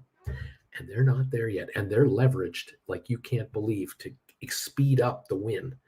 And it could all unwind on them in a heartbeat. And that's what I ask myself about what's happening out there with the Red Sea, the Suez Canal, the Panama Canal problems, the Strait of Hormuz problems, Ukraine problems, Israel problems, and Taiwan problems. There are global events happening, and it's all lining up. You can see who's on what side of the argument. You got the Russians and the Chinese and the Iranians all going, Ukraine sucks, Israel sucks, Taiwan sucks. We're all on the Chinese, Russia, Iranian side of the coin. And then you got the rest of the outside, a big chunk of the G20 countries going, and then you got the middle of the roaders going, what do I do? What do I do? And then you get the Saudis cashing in, looking for higher oil prices to rip off every consumer of the industrialized world. And for whatever reason, they're supposedly allies of ours. Really, some friends these guys are. Alberto, Brian, wait, what? Hot like what? Or hot like fire? What? JR, wow, markets are down and Tesla is shooting the moon. Not a lurker. Here's the attack. JR, the battle has begun. There you go. Well, we got a lot to watch, guys, and we'll stay on it. Tesla's up $1.28, hardly running to the moon, but the question here about this removal of stock incentives by Tesla, does this mean they're tightening the shares from the treasury? Does this mean that Elon Musk is looking to run the market on Tesla? He wants that Tesla market up higher to, in effect, build the value of his currency and then utilize the currency going forward as a weapon to buy other assets rather than use cash. Have you thought on that? What if he were to buy company blah, blah, blah for $5 billion and only issue stock for it at $500 a share? If that's his objective, why use cash when you can use paper? Right? You're not handing paper to the employees. You've restricted that paper. So you've got, the ability to write paper whenever you want, create paper down the road at a higher level per share, which makes making acquisitions easier. Isn't that interesting? I don't know. Look at SoFi says not a lurker anymore. Look at it. Look. 990. What? What are you worried? It'll fluctuate. This is what it does. This is what's supposed to happen. Alberto, joking. I get it. There you go. Welcome all to the party. Brian, Uncle Bruce, your chair is screaming in agony. Jen was saying to me yesterday, we got to get some WD-40. I said, for what? She said, your chair. I said, it's the one thing they're talking about. It's the only thing they're talking about on my channel is my squeaking chair. I got to leave it. I got to let it keep squeaking. The more it squeaks, the more I move it. The more I move it, the more excited I must be getting. I'm just wondering. I don't know. I'm just trying to figure out what life's all about here. We're down 81 on the Dow. That I know. We're 987 on SoFi. That I know. High of the day, 1016. Up 2 steps, down 1. Up 2 steps, down 1. Up. Is that the pattern for SoFi? Is the next stop 1050, then the low of 1010, the next step 11, then the low of 1050, the next step 1175, low of 1110. Is that the pattern? I can take this. I can go with this for weeks, months, years. Not a problem. We're down 3 on S&P. We're up 14 on NASDAQ. Oil's up $1.22. Welcome all to the party today. And it's great to see you. Nice to have you joining us today. Alberto, you're the best. Thank you, my friend, for the donation on PayPal today. It is very much appreciated. I will let Jen know what's going on over there. Thank you, all of you out there, for your support of this channel. Congratulations to those of you who have become Gold Bagel members in the last couple of days. We are just eclipsing now. We're about to eclipse the number of members of this channel that are Gold Bagel level members versus Chillin' with Uncle Bruce level members, which is upside down on every metric for every other YouTube channel. It's rare that a YouTuber has memberships where, first of all, I don't know many other YouTubers that have 2 levels of membership. The cheap one is $10 a month, and the other one is $25 a month. I don't know anyone else that does this. Okay, I really don't. I know there are YouTubers that ask for $100 a month to be a member of their channel, at their platinum, whatever level. But to have a base level at $10 a month and a gold level at 25, I don't know any other channels. And I am convinced there are no other YouTubers that have more members at the more expensive level than the cheaper level. I doubt any channel has that situation. This one is about to go there. That's what's happening here, because gold bagel levels are getting value for their money. And tonight, 7:00 Eastern time, prime time live with your buddy Uncle Bruce. Don't forget, if you're a Gold Bagel member, come and join us tonight.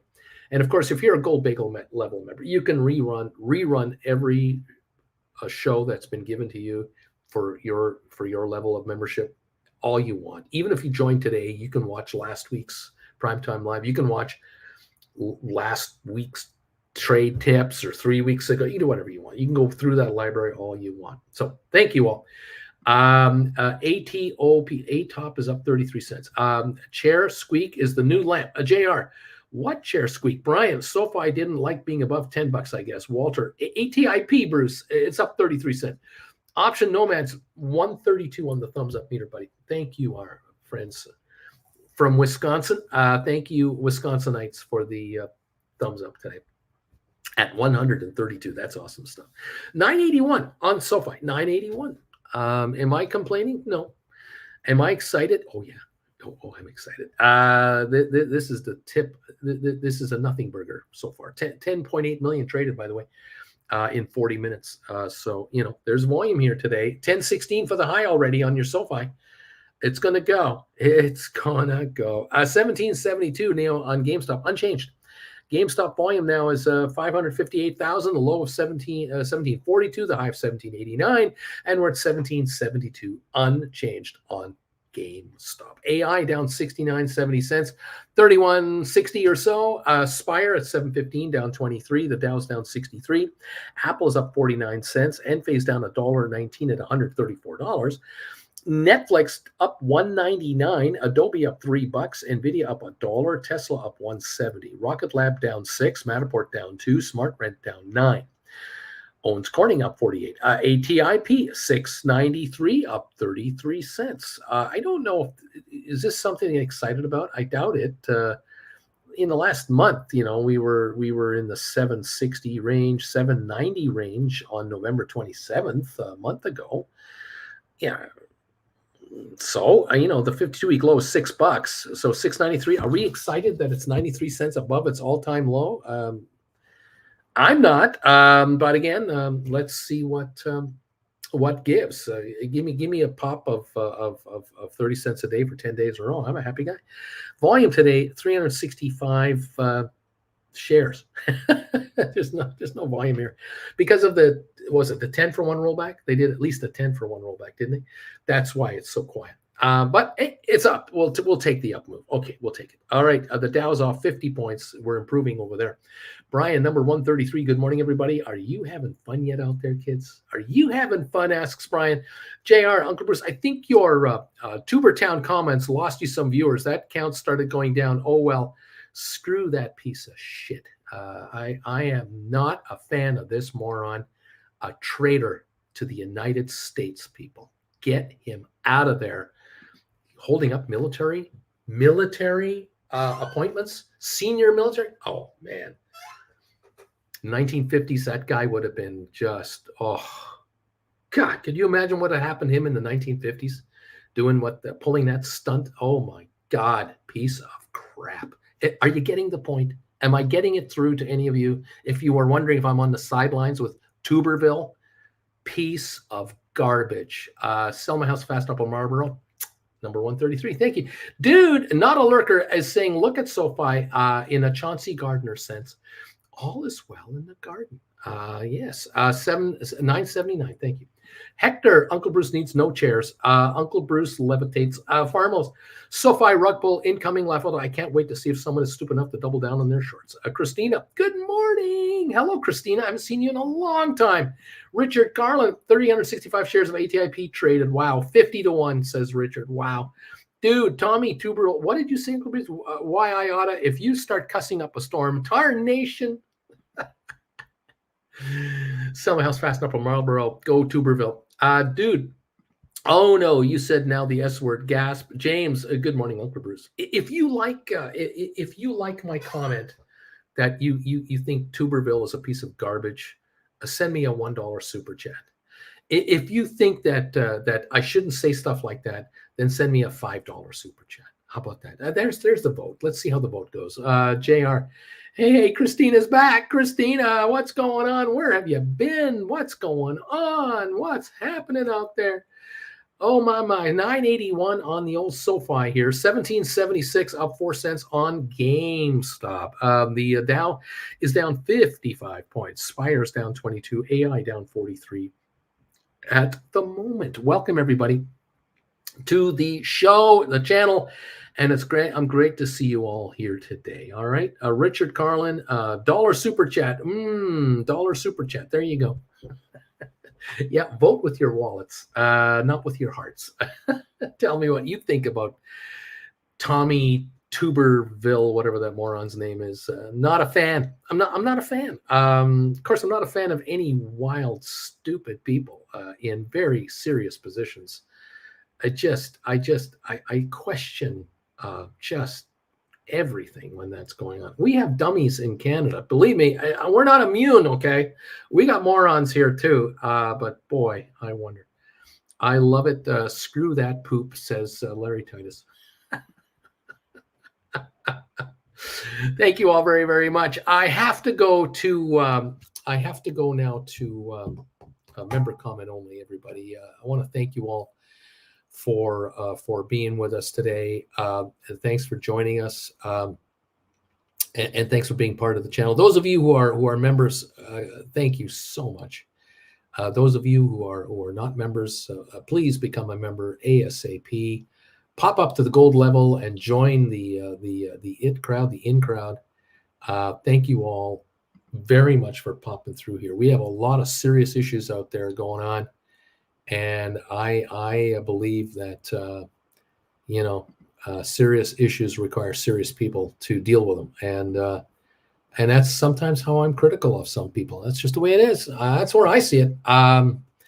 When you're a leader of a country, you're one of a hand-chosen, hand-picked 100, 200, 500, 600 top leaders of the country. I think you should take your entire position seriously for the country, not for your own little political stunts and your little pals and your little Bible thumpers or whatever you're into. Get rid of that. Get that out of there. And again, I have no mercy. I will show no mercy if people out there want to put stupid people in charge. They deserve everything they get. It's just ridiculous. Anyway, that's this old fart. I'm just so old, it doesn't matter anymore. I don't have to worry about my 30-year-old job. I'm a 30-year-old at a job that my boss might not like what I say. I don't have to worry about that. I'm 68 and I can speak my mind. And I am going to speak my mind on this stuff. This is just ridiculous. And it is an insult to the people of America to have this kind of nonsense going on. I just find it absolutely ridiculous that the people of America are so underserviced by such garbage out there. It is just insulting. America deserves the best because you guys are great. Thank you all. Thank you all. Larry, let's see. Dude, $5. Please don't use language so distasteful. It offends my delicate sensibilities. Here's $5. Thank you. Thank you, dude. He didn't hold up their appointments, just the pay raise that went along with it. Those appointees started their job a while ago, while they're getting back paying, just the facts correct. Oh, okay, farmers, whatever. Christina, Army life, what can I say? JR, here's $1 for you. I love you. Thank you, buddy. Tuber, what? Oh, man, tuber crap. Alberto, dude, I'm laughing. Brian, Uncle Bruce, looking at SoFi's investor relations page, there are about 10 Form 4 filings from December the 18th. All these are vested stock or tax stuff. Most of them have stock purchase and sales. Most likely employees that are being paid by the company in salary and shares, then they get their shares. The IRS taxes the people for the income tax equivalent as if it was cash. So they are forced to sell some stock into the market to pay the tax bill so they can keep the rest of the stock after tax. That's probably what that is, Brian. It's an okay, normal thing with almost all public companies. Not a lurker, dude, laughing out loud. Alberto, 99 cents. Thank you, my friend. Dude, I agree, pay raise was tied to Congress's budget approval. Hector, laugh out loud, Alberto. Okay. Whatever. I'm not a fan of that guy. I'm just not a fan. There you go. Karen, thank you for the support. 99 cents super chat. Karen D, another 99 cent. Thank you again for the super chat and support. Brian, thanks, Uncle Bruce. Most of the stock purchases are about 100,000 shares and sales are about 30,000 shares. Tax bill. So that makes sense for tax purposes. Exactly. The IRS is the winner. The American people are the winner when public companies hand stock incentive bonuses to employees who then have to sell about 30% of their shares into the market to pay the tax bill, because the moment they get the stock, that moment in time is the number the IRS uses for the tax bill. So if the stock's at $4, $6, $8, $10, $20, $50, whatever the price of the stock, that's the income level you just received from your company. We want tax, and it's 30% ballpark. It wouldn't surprise me. These people are getting maybe 100,000 in salary and 100,000 in stock, or they're getting 300,000 in salary and $1 million stock bonus. They're getting, they've done whatever to deserve whatever they're getting. That's their employment deal. The talent has been attracted to SoFi because of stock incentive bonuses. Here it is. This is what it's about. And it's saving the company a lot of cash, and it allows the company to be cash flow positive that much sooner. Over at Bank of America, over at Wells Fargo, over at all the other bankers out there, the other 70 bankers that are bigger than SoFi, all those guys and banks below them for a couple of hundred, they're paying cash to these employees coming out of the top line, so that the bottom line profits aren't there. There are fewer bottom line profits because the senior executives are getting massive cash bonuses from these institutions. That is what's going on out there. And so, right, there you go. You're on it. You've got it figured out. All right, exactly. Thank you, everybody, so much. Robert, number 144, Firmalist. DH, it was stupid on his part because he knew that nonsense wasn't going to change. Better to get it past his repeal the line. Most people will like the next session. Beach Boy, 30 shekels, Tuberville delisting fund. Also tell Alberto, no pile dancing while we make dinner here. Lame duck. If you don't know yet, we have two parties, so they can blame the other one while they get rich and they don't have to pass bills to help the American people. It's so sad. It is unbelievable. What was it? There was an article, something about the Congress of the United States this year had 723 actual voting sessions, and they passed, was it 27 laws or 25 laws? Or it was an amazing statistic. It was just amazing. Alberto, Beach Boy, too late, naked and straddling the pile, baby. You're too late. We've been pile dancing here all morning. 985 on SoFi right now. The market range, high and low for SoFi. The high 1016, the low 977. We're at 986 on SoFi right at this moment in time. We've got the Dow Jones right now down just 44 points. We got S&P up 1. We got NASDAQ up 33. The market's trying to turn around. And we're up $1.11 on oil. There you go. There's the story. JR, Alberto. We got someone coming in the room here. Here we go. Hello. Hello. How are you? I'm good. How are you? Oh, I'm having all kinds of fun here. Uh-oh. Oh, we're just busting it up here. Jr. Alberto. Now there's a picture I can't get out of my head. Help me, Alberto. Jr. left.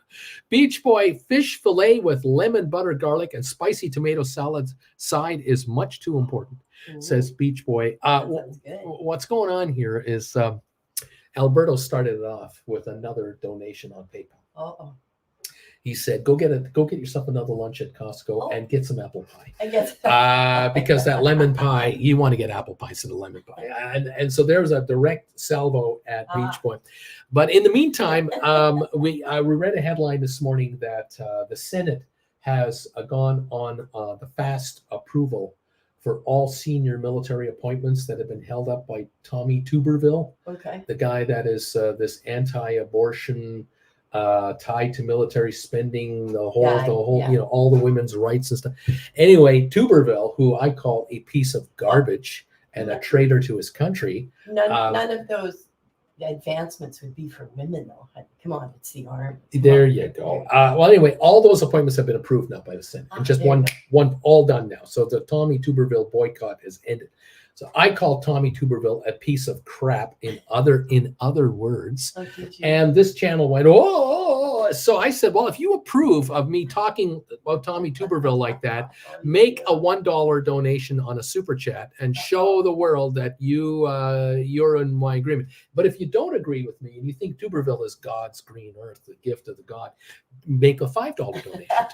So dude sends me a $5 donation and says, please don't use language so distasteful. It offends my delicate sensibilities. Thank you for the $5, dude. Yeah. JR, here's $1. And Alberto, here's 99 cents. Karen D, here's 99 and another 99. And Beach Boy, here's 30 shekels. Tuberville delisting fund, he calls it. Also tell Alberta no pile dancing while we make dinner over here. And so that's what's going on here. Don't do that in your head while you're making dinner. Yeah, a lot of lurkers saying, I don't know what's going on, but I'm in and I will listen to a rerun later. Here's $5. There you go. Are these really Tuberville supporters or are they more Uncle B supporters? What's going on here?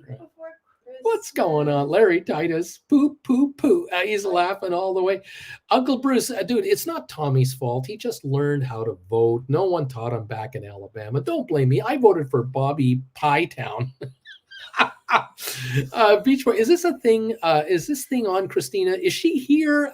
Christina said hi to us today. Mandu, good morning. Auntie Jen. Not a lurker, can only read the text at work, laughing out loud. Luca, here's 10 euros. Get a slice of lasagna while you're at it. There you go. Thank you very much. Get some pasta while you're there. Oh, too much fun. The guys are just reacting. It's great. It's just hilarious. We opened on SoFi. We went up to 1016 first thing this morning. Whoa. We're back to 986, down to 977, back 986. So punched through the 10. Oh yeah, right. Like it was a hot knife through stuff, but it was just like nothing there. Was that pre or was that? That was on the opening, not pre-market. We couldn't break 10 on the pre-market, but we sure did on the opening. SoFi volume now is 14.1 million in the first 45 minutes. It looks like. Is that their high print of the year? No. The high print of the year was 1170. Okay. Was I think a high close or something around those lines. Okay. But we're heading there. GameStop 1775 is up 3. It opened lower at 1742, went up to 1791, back down to 1765. Now it's 1775. It's like an exercise program for you. Oh, I am working out today. Here we go. I'm going to get so skinny. It's incredible. Where's that pie? We're down 22 on the Dow at the moment. And folks were mentioning this morning that they're those cash secured puts that they were writing on SoFi the last few weeks and months, they seem to be doing rather well. Isn't that something amazing? Those puts that people wanted to buy. Not a lurker. Why are we sending super chats to Uncle Bruce? Why not? What's wrong with this?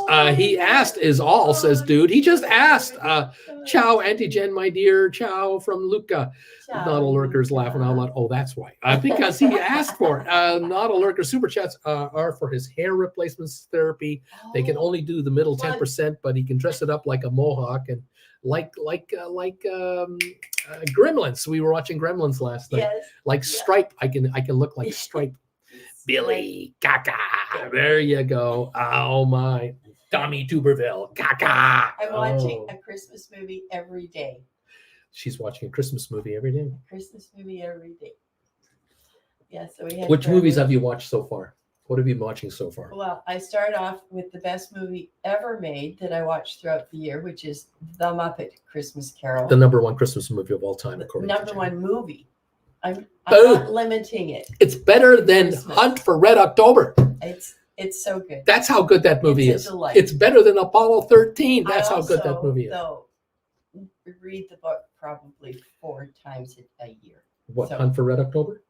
Or No, The Christmas The Carol? Christmas Carol. Oh. And it's less than 100 pages. Like it's easy to. It's not a long read. Yeah. So of course that was weeks ago. I did Okay, that. so you watched that movie. I did and? that one. I've watched some unremarkable Hallmark Christmas movies. Don't Okay. know what they're called. Okay. I've watched. I think it's called The Holiday. The Holiday. The Holiday is the one. It's got Jack Black in it, and the two women switch properties for the holidays. So the one from England comes to LA, and the LA goes to Oh, England. right. Yeah. Yes. What's the one actress's name? She was in Something About Mary. Cameron Diaz. And she's in that movie, isn't Yes, she? Yeah, she's in that, and Kate Winslet. And Kate Winslet. Yeah. Right. That's right. Yeah, And that's it's right. got the old guy whose name I can't tell you because I'm really bad at that. The old guy. Who plays an old writer director in Hollywood, and Kate Winslet meets him. He's her neighbor, Mm. and it's just a lovely story. Oh, it is a Lovely lovely story. Yes, that's right. That one's I think it's called The Holiday. Okay. It's called The Holiday. Right on, right on. We've got people saying hi to you, Alberto, Auntie Jen. How you doing from How Alberto? you doing? How you doing? Alberto? How you Getting doing? ready for Christmas, Alberto? Brian, Uncle Bruce, thanks for teaching us how to hedge. I'm happy when the market is green. I'm happy when the market is red. I'm happy Right. when the market is even. Steven, you rock. Not a lurker. Hello, Auntie Jen. Uncle Bruce is misbehaving. Farmers, I love the story about her dad in Gremlins. Best Christmas story ever. Right. Coming down the chimney and breaking his neck. And oh, God.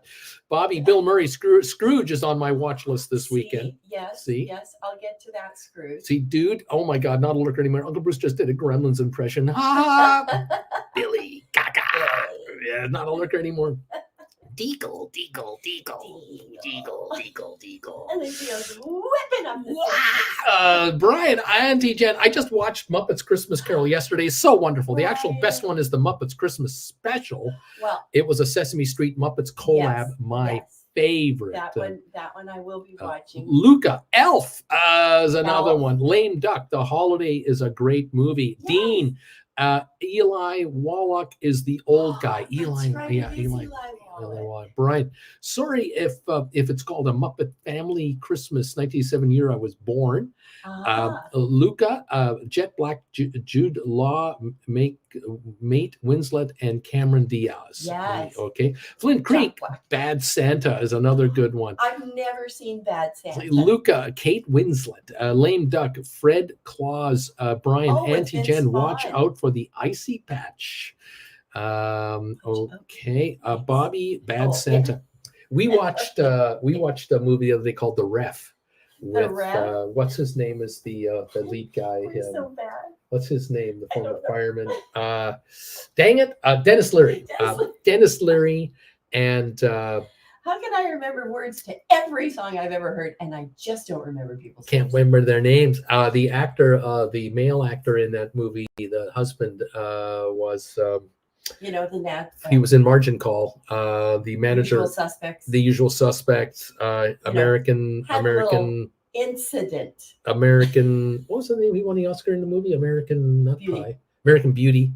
What's his name? What's that guy's name? You guys know. You know who's You that know name? who it is. Yeah, he's been off. He was on that TV show that got canceled, the HBO or whatever Netflix show. The best though is when yeah. they sat down for Christmas dinner and she had them wearing The candles. crowns of greenery with lit candles to celebrate Saint A Olaf or something. garland ring with 5 candles or 6 candles each one. Yeah. They all had to sit, all 10 of them had to sit there with these lit candles on their heads. It is You have so to sit really still. hilarious. So the wax doesn't drip. Oh my God, that was funny. Larry Titus, my favorite is Home Alone 2, Lost in New York. Oh, okay. Lame Duck, Good, Bad, and Ugly. Bobby Atkinson. Make sure you watch the adult Bad Santa if you haven't seen it yet. Luca, Talladega Nights, 6 pound, 8 ounce baby Jesus. Lame Duck, The Family Stone, great movie. Kevin Spacey, thank you, one of you. Yes, a fool of a took. Bruce, pass this message on to Auntie Jen. Go Bengals. Oh, Bobby Atkinson, Kevin.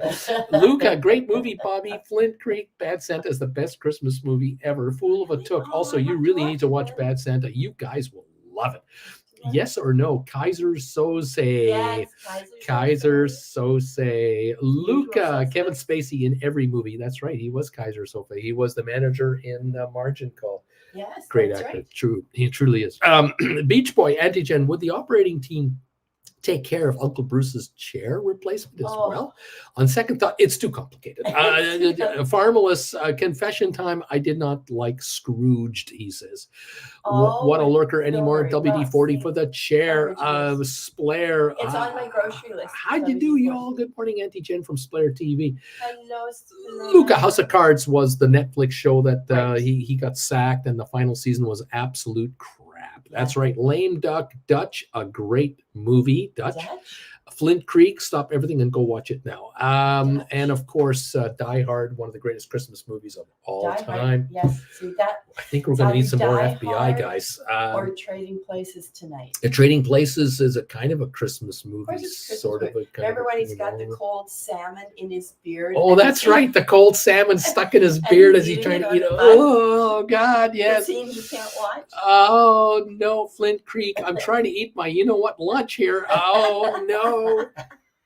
Yes, if there's a hair anywhere near the food, oh, I'm a dead man. Lunch is over. $9.94 on your SoFi. We're coming on again. $9.94 on SoFi. The alert is out. We're going through 10 again. Watch out. Here we go. Yes. Christmas movies. What's your favorite Christmas movie? Farmalus, Lame Duck. I love Dutch, but it's hard not to like Ed O'Neill. Very hard not to like Ed O'Neill. See, gotta watch that. Other Christmas movies. Of course, the Charlie Brown Christmas that you really watch for the music. Yeah, okay. I guess. Yeah.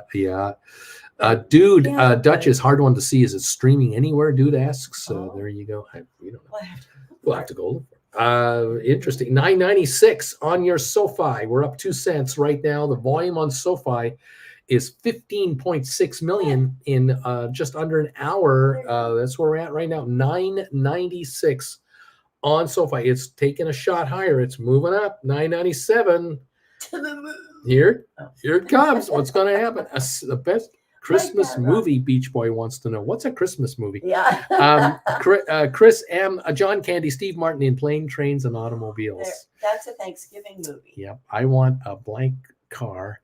Write blank now and wipe that blank smile off your blank face. Do you have a reservation? No. Well, you're blanked. Uncle Bruce has definitely problems with reading. If you know him, I have it from I don't know what's going on here. It's Beach Boy. Easy Life of Brian is the greatest Christmas movie of all time. Set him free. Is that we see him immediately. Is there a Bodwick? Is there a Bodwick? We see him. Oh God, funny. $9.98 on SoFi. Bobby, the Christmas cartoons are on YouTube. Joe for free. Charlie Brown, Garfield are my faves. Dude, Life of Brian. Haha. Lame Duck. White Christmas, all-time favorite. She just watched it. I watched White and I watched Holiday Inn. He watches that. A dude, nice one. A Splair wasn't so far already above $10. It looks good here. Yeah, it's going again. 98. Farmers, where are hands between two pillows? Those are two pillows.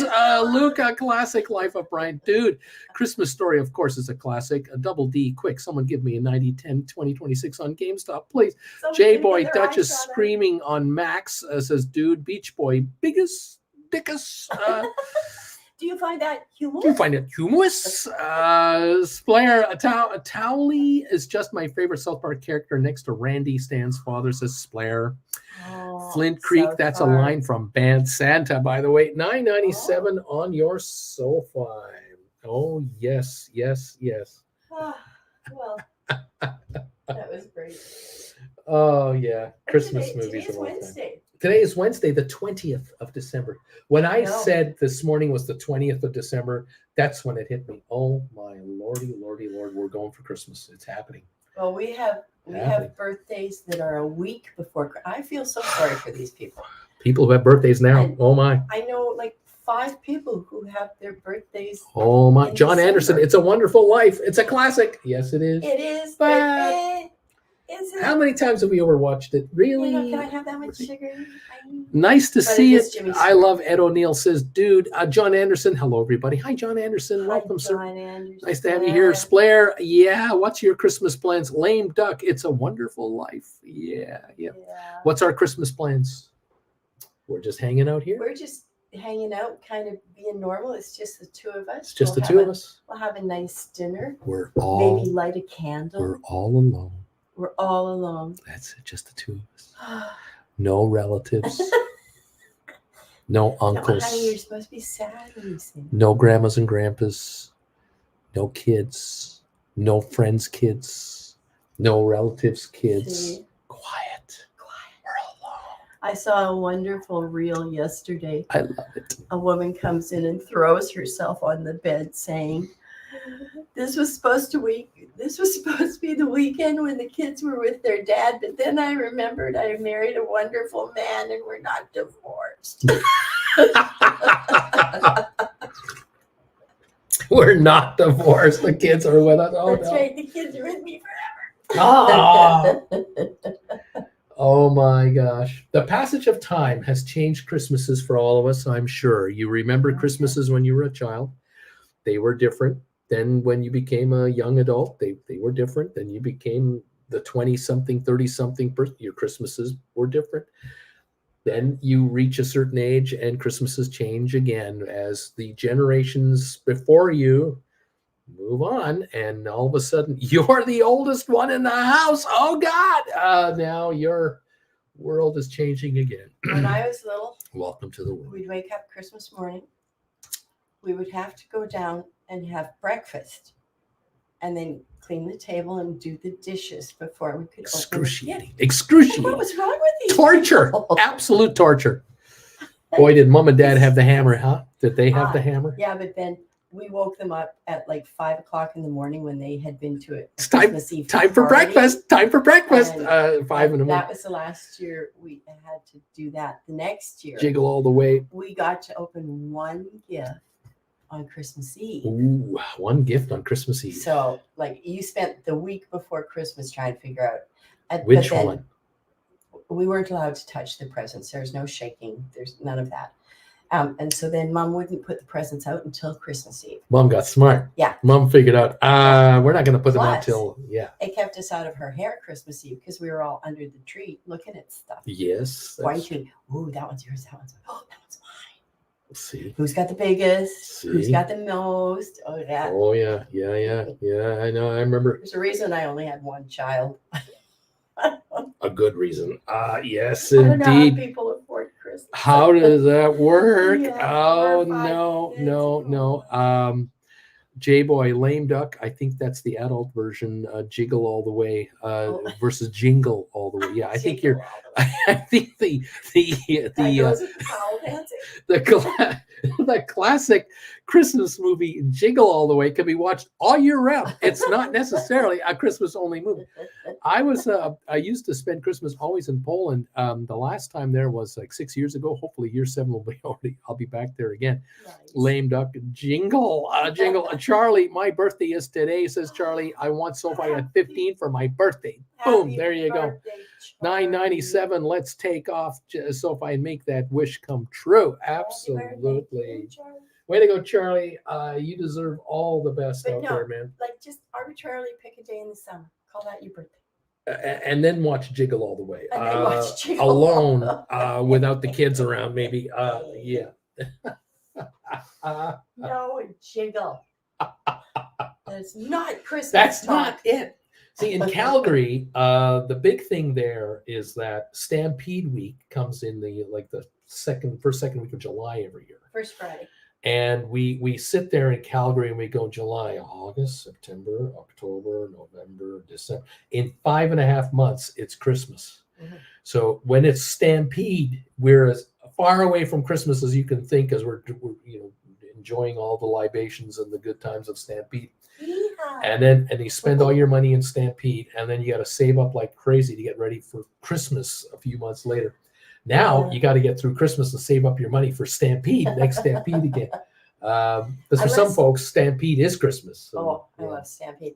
Unless it's like my sister, who pretty well has all of her shopping done and all of her little crafty things made by August. See, because she's that person. Don't you hate people like that? Happy birthday, Charlie. Lame duck. I just watched Deck the Halls and Christmas with the Cranks. Oh, see. Or Kronks or Crank. Right. Beach Boy. In the Festivus spirit, I'd like to air my grievances as to my government. I'd like to air my grievances. That's right. It's Festivus. It's Festivus for the rest of us. Larry, happy birthday.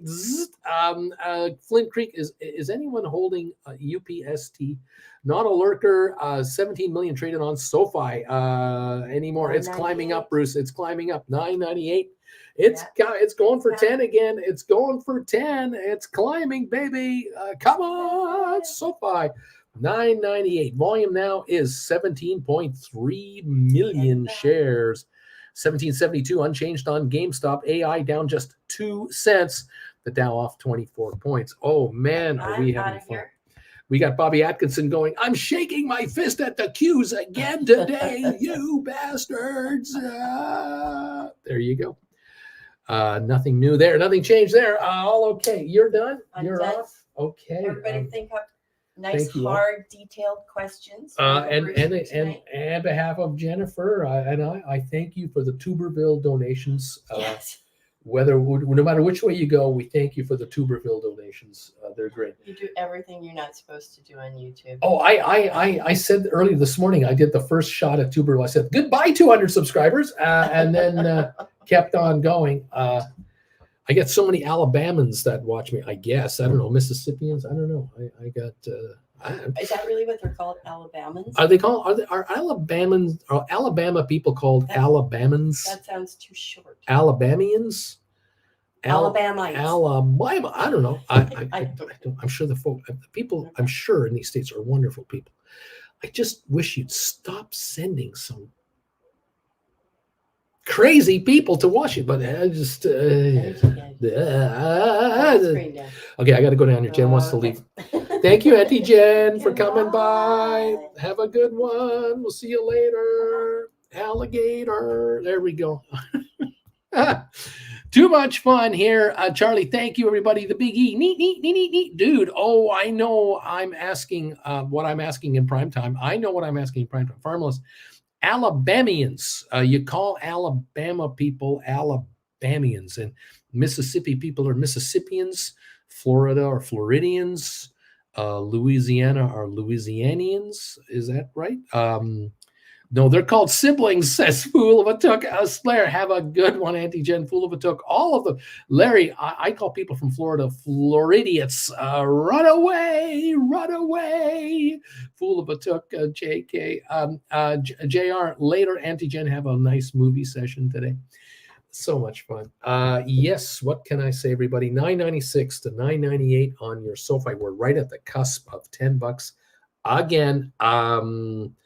there will come a moment in time where it just blows through there and goes. We're not going to four. We're not going to $4. No. Slammer Bammer, says Richard Carlin. Pappy Alabamians. There you go. There's the word. What we have to call these folks. Just kind of curious. We're down 18 on the Dow. We're up 5 on S&P. We're up 57 on Nasdaq. So we've had a turn in the market to try to go positive. We're up 113 on oil at 75.07 at the moment. But we've had the Dow wavering after notching 5 straight record closes. You have the right to waver after 5 straight record closes in a row. You have the right to waiver. Now the question is the waiver just a little waiver, or are we going to have a 500-point pullback in the last hour of the session today? Like, what are we getting here? I don't know. Tax loss selling is rapidly running out. It's the 20th. We're closed Monday. So the trading days are running out. We have Wednesday, Thursday, Friday, and next week we have 4 days. That's it. 7 days of trading. The year's over. Tax loss selling is almost finito if it's not done already for most people out there. So could that mean an up market? Could that mean that now we've had some realignments of markets and index option funds and index option entity? All this is now there's no support. Like, are we just about to the point where there's no reason to buy stock at the moment because it's so overpriced?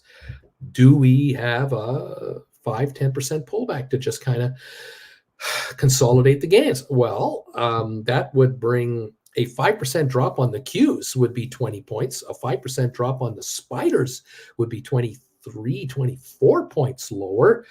A 5% drop on Apple would be $10 a share. Enphase $6.50. Netflix $25 a share lower. Adobe $30 drop. Nvidia $25 drop. Tesla $12+. Is that coming? Is that what we're expecting here? Google $7 drop. What about this market? Are we going to get a 5% pullback on Microsoft? $18.50. Amazon down $7.50, $8. Home Depot off $17. I mean, that's just 5%. Would that be reasonable to expect after such a full-blown month after month, week after week run to the highs? I would say, yeah, I would say so. Anyway, I see the lamp behind him, says Not a Lurker. No siblings are Kansans. Dude, why are you so mean to we Southerners? That's my question. I love Southerners. I really do. I love all Americans. But I drank with a few, says Richard. Comical. Bastards. BIJ. Will there be a tax loss selling this year? A lot of major stocks went straight up, Bobby, 5% on Qs would be groovy around here. Dude, have pity on us. We're taught the Bible in school as history. Tommy don't know what's going on. I called his cousin wife the other day. She told me, Bobby, don't we call the Southern Bama babes? What do we do? Anyway, I say I don't know what to make of it. It is a wild and wacky world out there. What can I say? I just don't know. Anyway, there it is. There's the story. I'm sticking to it. We're going to see what happens. Fun times. Okay, I need to go. I'll see you all tonight, says Not a Lurker anymore. Thank you. Farmers, I would love to see the spiders drop back to the 430s, Bruce. Oh, I'd love to see that. SoFi 992, 991. We got to 998, 990. Couldn't break 10 again. Here we are at 990. Do we back off into the 985 range and then shoot to 1040? Do we do that? That's possible. We have seen it all. It's kind of the slingshot effect. You pull the thing back and you let it go, and then you pull the thing back and then you pull it back and then you let her go, and she just there we are. Once the SoFi breaks through 10 with conviction, it's gone. Again, it goes now to a new level. So stand by. We're not going to 5. We're not going to $6. I don't think so. Okay, a splitter from me here, just in case. Have an enjoyable and successful day, everybody. We'll catch everybody tomorrow. There you go. Thank you, Splitter, very much. Have a wonderful time. The thumbs up meter probably stopped going up. We are now shooting. The last I saw was 142 thumbs ups. The current count on the thumbs up meter, 153. So I guess talking about Tommy Tuberville probably killed my thumbs up momentum, sir, perhaps. I don't know. Just saying. But if you're able to give us a thumbs up and you hit that sucker, let us know what number you are. Thank you very much. You on the rerun out there, all you rerunners, come through for us. Get us over 200 thumbs ups today. Thank you all very, very much. General Mills, here's a story. General Mills cuts sales guidance. Cereal producers are cutting sales guidance. That's a sign. That's a blinking hello. Consumers keep showing value-seeking behaviors. You know what that means? They're not buying Cheerios. They're buying the non-brand Cheerios. That's what's going on. They're not buying cornflakes. They're buying the generic. More and more people are doing that. And that is a sign from General Mills.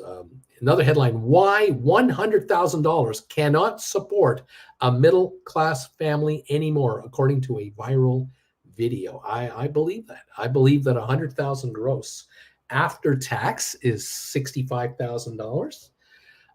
You want to live a middle-class lifestyle for a family on $65,000 net? No, not going to do. That's not going to happen. There's no way. A house payment, insurance, utilities, property taxes, and maintenance, that's $3,000 to $3,500 a month right there for a family of, say, 4. You're down now to what? $20,000 for everything else. Everything else? No, there's a second person working to make more than that. You want a middle-class lifestyle? You're not going to do it. No way. Dude, I tell you what, Uncle Bruce, you've warmed my heart with your comment about loving Americans. We are very vain and sensitive, so we thank you. Try to think of some Southern politicians you do like. Love Jimmy Carter. I thought Jimmy was a straight shooter. Would never lie to Americans. Told Americans the truth, and they didn't like it. And so they voted for Ronnie because they wanted to be lied to. That's what happened there. And Ronnie came through big time. Ronnie made everybody feel good with his rhetoric. That could win some new viewers, by the way. Bruce, I think I just lost whatever viewers I was going to get. Jimmy Carter. Okay, guy. Yeah, definitely okay, guy. George Bush Sr. I like George Bush, the father. I liked him. Texas. Maine. I mean, George Bush was kind of from different things. George Bush's son, not so much. No. Bill Clinton, some things I really liked about him. Some things I'm not a fan, but, imperfect person. We're all imperfect, even presidents. Other Southerners, who else would have been a Southern politician? I have to think about that. Lyndon Baines Johnson. Interesting guy, Speaker of the House, and 25-year veteran before he became president under difficult circumstances. Southerner, had a tough position to be in, unfortunately for him. It's 65, 66, 67, 68, rough years. Won a landslide election in 64. Passed a lot of pretty good legislation. Rammed it through the House, unbelievable, and the Senate. Tough position though. Who else is Southern? What do you call Californians Southerners? I mean, Southern U.S. You're probably talking about the Southeast. I get it. It's okay, dude. The son was born Connecticut, so not technically a son. Exactly, George. George Bush Sr. I just liked him. I just liked that guy. He was the head of the FBI. He knew stuff. He died with secrets that you and I would be just queasy about. That man lived a one hell of a life and got a one-term presidency out of the deal.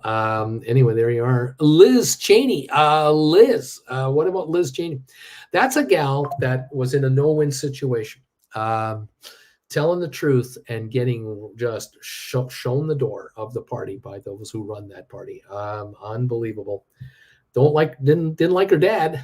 I wasn't a fan of the old man, but yeah, Liz was and still is a plain speaker. Yeah, she doesn't beat around the bush. I think she tells it the way it is, but Republicans don't like it. But then again, welcome to whatever it is. What can I say?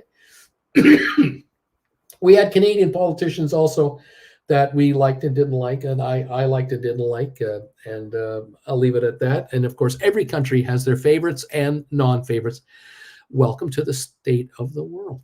It is what it is. Anyway, there you go, kids. Thank you all for joining us today. It's great to have you here. Yeah, dude, look, secrets related to Ollie North, Iran-Contra, perhaps. Senior was head of the CIA, head of the CIA too. That's right, head of the CIA. It was also head of the CIA during the Cold War. Can you imagine what he knew, what he was aware of? Oh my God. Unbelievable. President as the Berlin Wall fell down. He was the president of the United States when the Berlin Wall fell. And he did the classiest thing of all. He shut the hell up and said nothing. He said, it's not my fight. It's not my battle. The Germans will figure it out. The Germans, the Russians, the Soviet bloc, they'll determine what to do. It's not our place to tell them what we think they should do. Very smart, very, very wise. Yeah, interesting. Scary stuff, says dude. Yeah, really scary stuff. The Cold War stuff that was going on. My God. Did you ever watch that movie with Tom Hanks about the Russian spy that got arrested in the U.S. and then he was appointed as the lawyer to defend him, and then he had to he had to go over to West Germany and East Germany, and he had to negotiate the release of some American the American pilot that got shot down, Powers. And he had to figure out a way to exchange the Russian spy for Powers and the American kid that got arrested at the border one day. All that stuff. That was a very interesting movie. I did enjoy that movie a lot. Steven Spielberg directed it. Tom Hanks starred in it. Thought that was well done.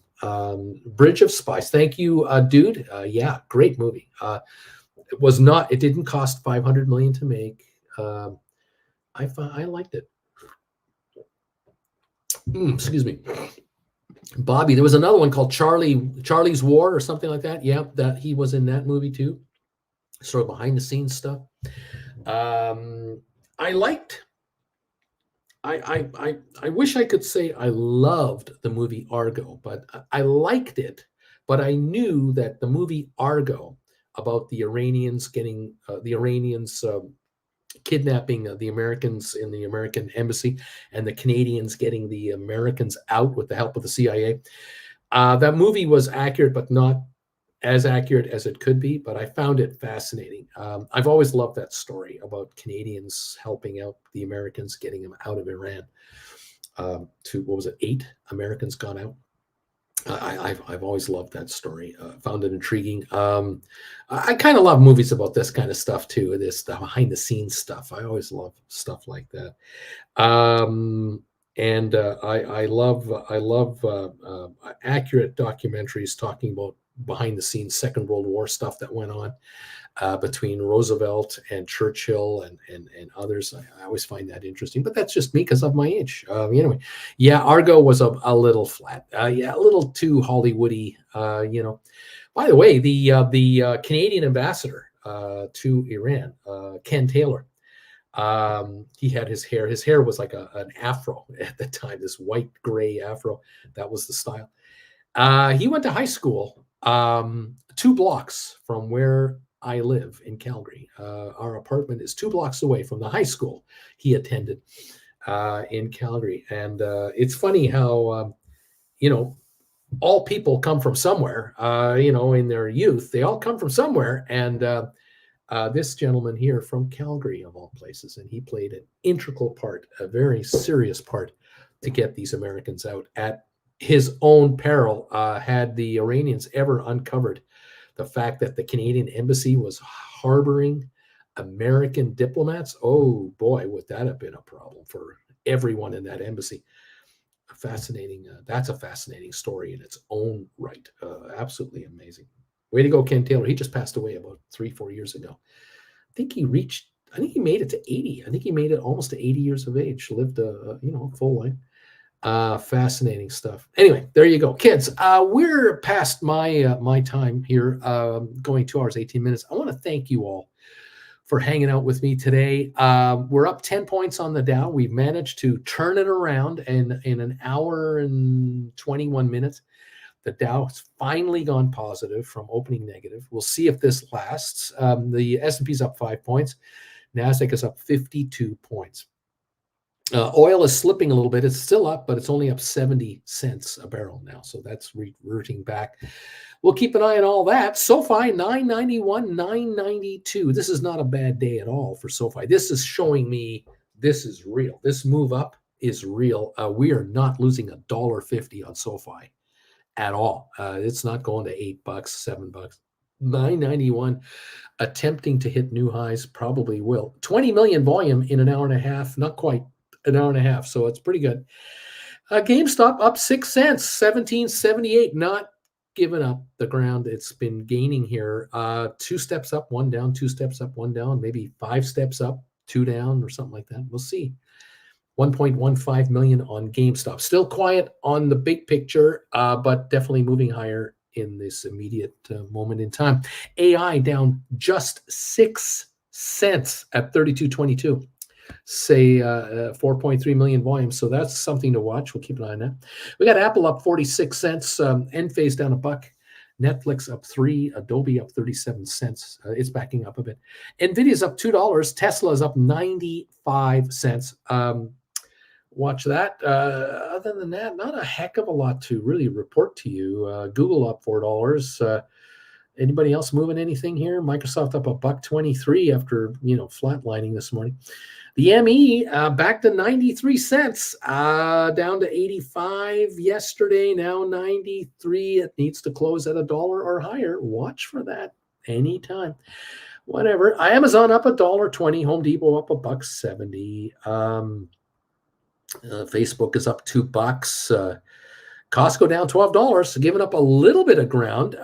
It's had a hell of a month, though. This stock a month ago was $5.80, and then it ran up to the high of the 52-week high, $6.81, $6.82, or $6.65 on Costco right here, down $11.70. Other than that, not much else to really bring to your attention so far today, but it's interesting to watch. Our friends at SoFi at 993, GameStop at 17.78, 995 on SoFi. We are so close on SoFi to break out to $11.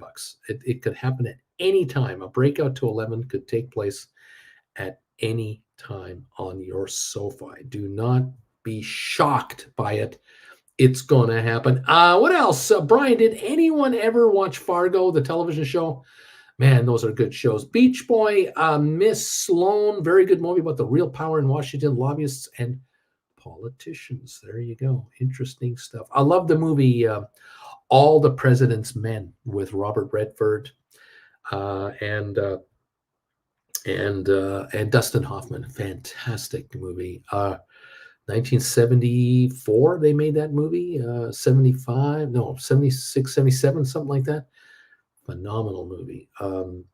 You really have to pay attention though to watch that movie. Loved it. Very, very interesting. Anyway, there you go, kids. Thank you all for your following us today. Jen and I appreciate you. 130 of you are still hanging around. Thank you all. Have a great rest of your day. Join me tonight, 7 o'clock Eastern time. Gold Bagel members, join me tonight. Thank you for those of you who are becoming Gold Bagel members. Love you. Upgrading and joining up. Thank you all. And thanks for the super chats today. Appreciate it. That's a little more hot dog money for us at Costco. We appreciate you for that. And we'll catch you this afternoon or this evening, afternoon my time, but this evening your time for the Hangout show. And then we'll see you again tomorrow morning. First thing, and let's see if we can get you richer for the 21st of December. Oh, my. The market wants to hand you money. You might as well take it. Why not? All right, guys. You guys take care. All the best to all of you. And we'll see you later tonight for the Primetime Live show. Bye for now.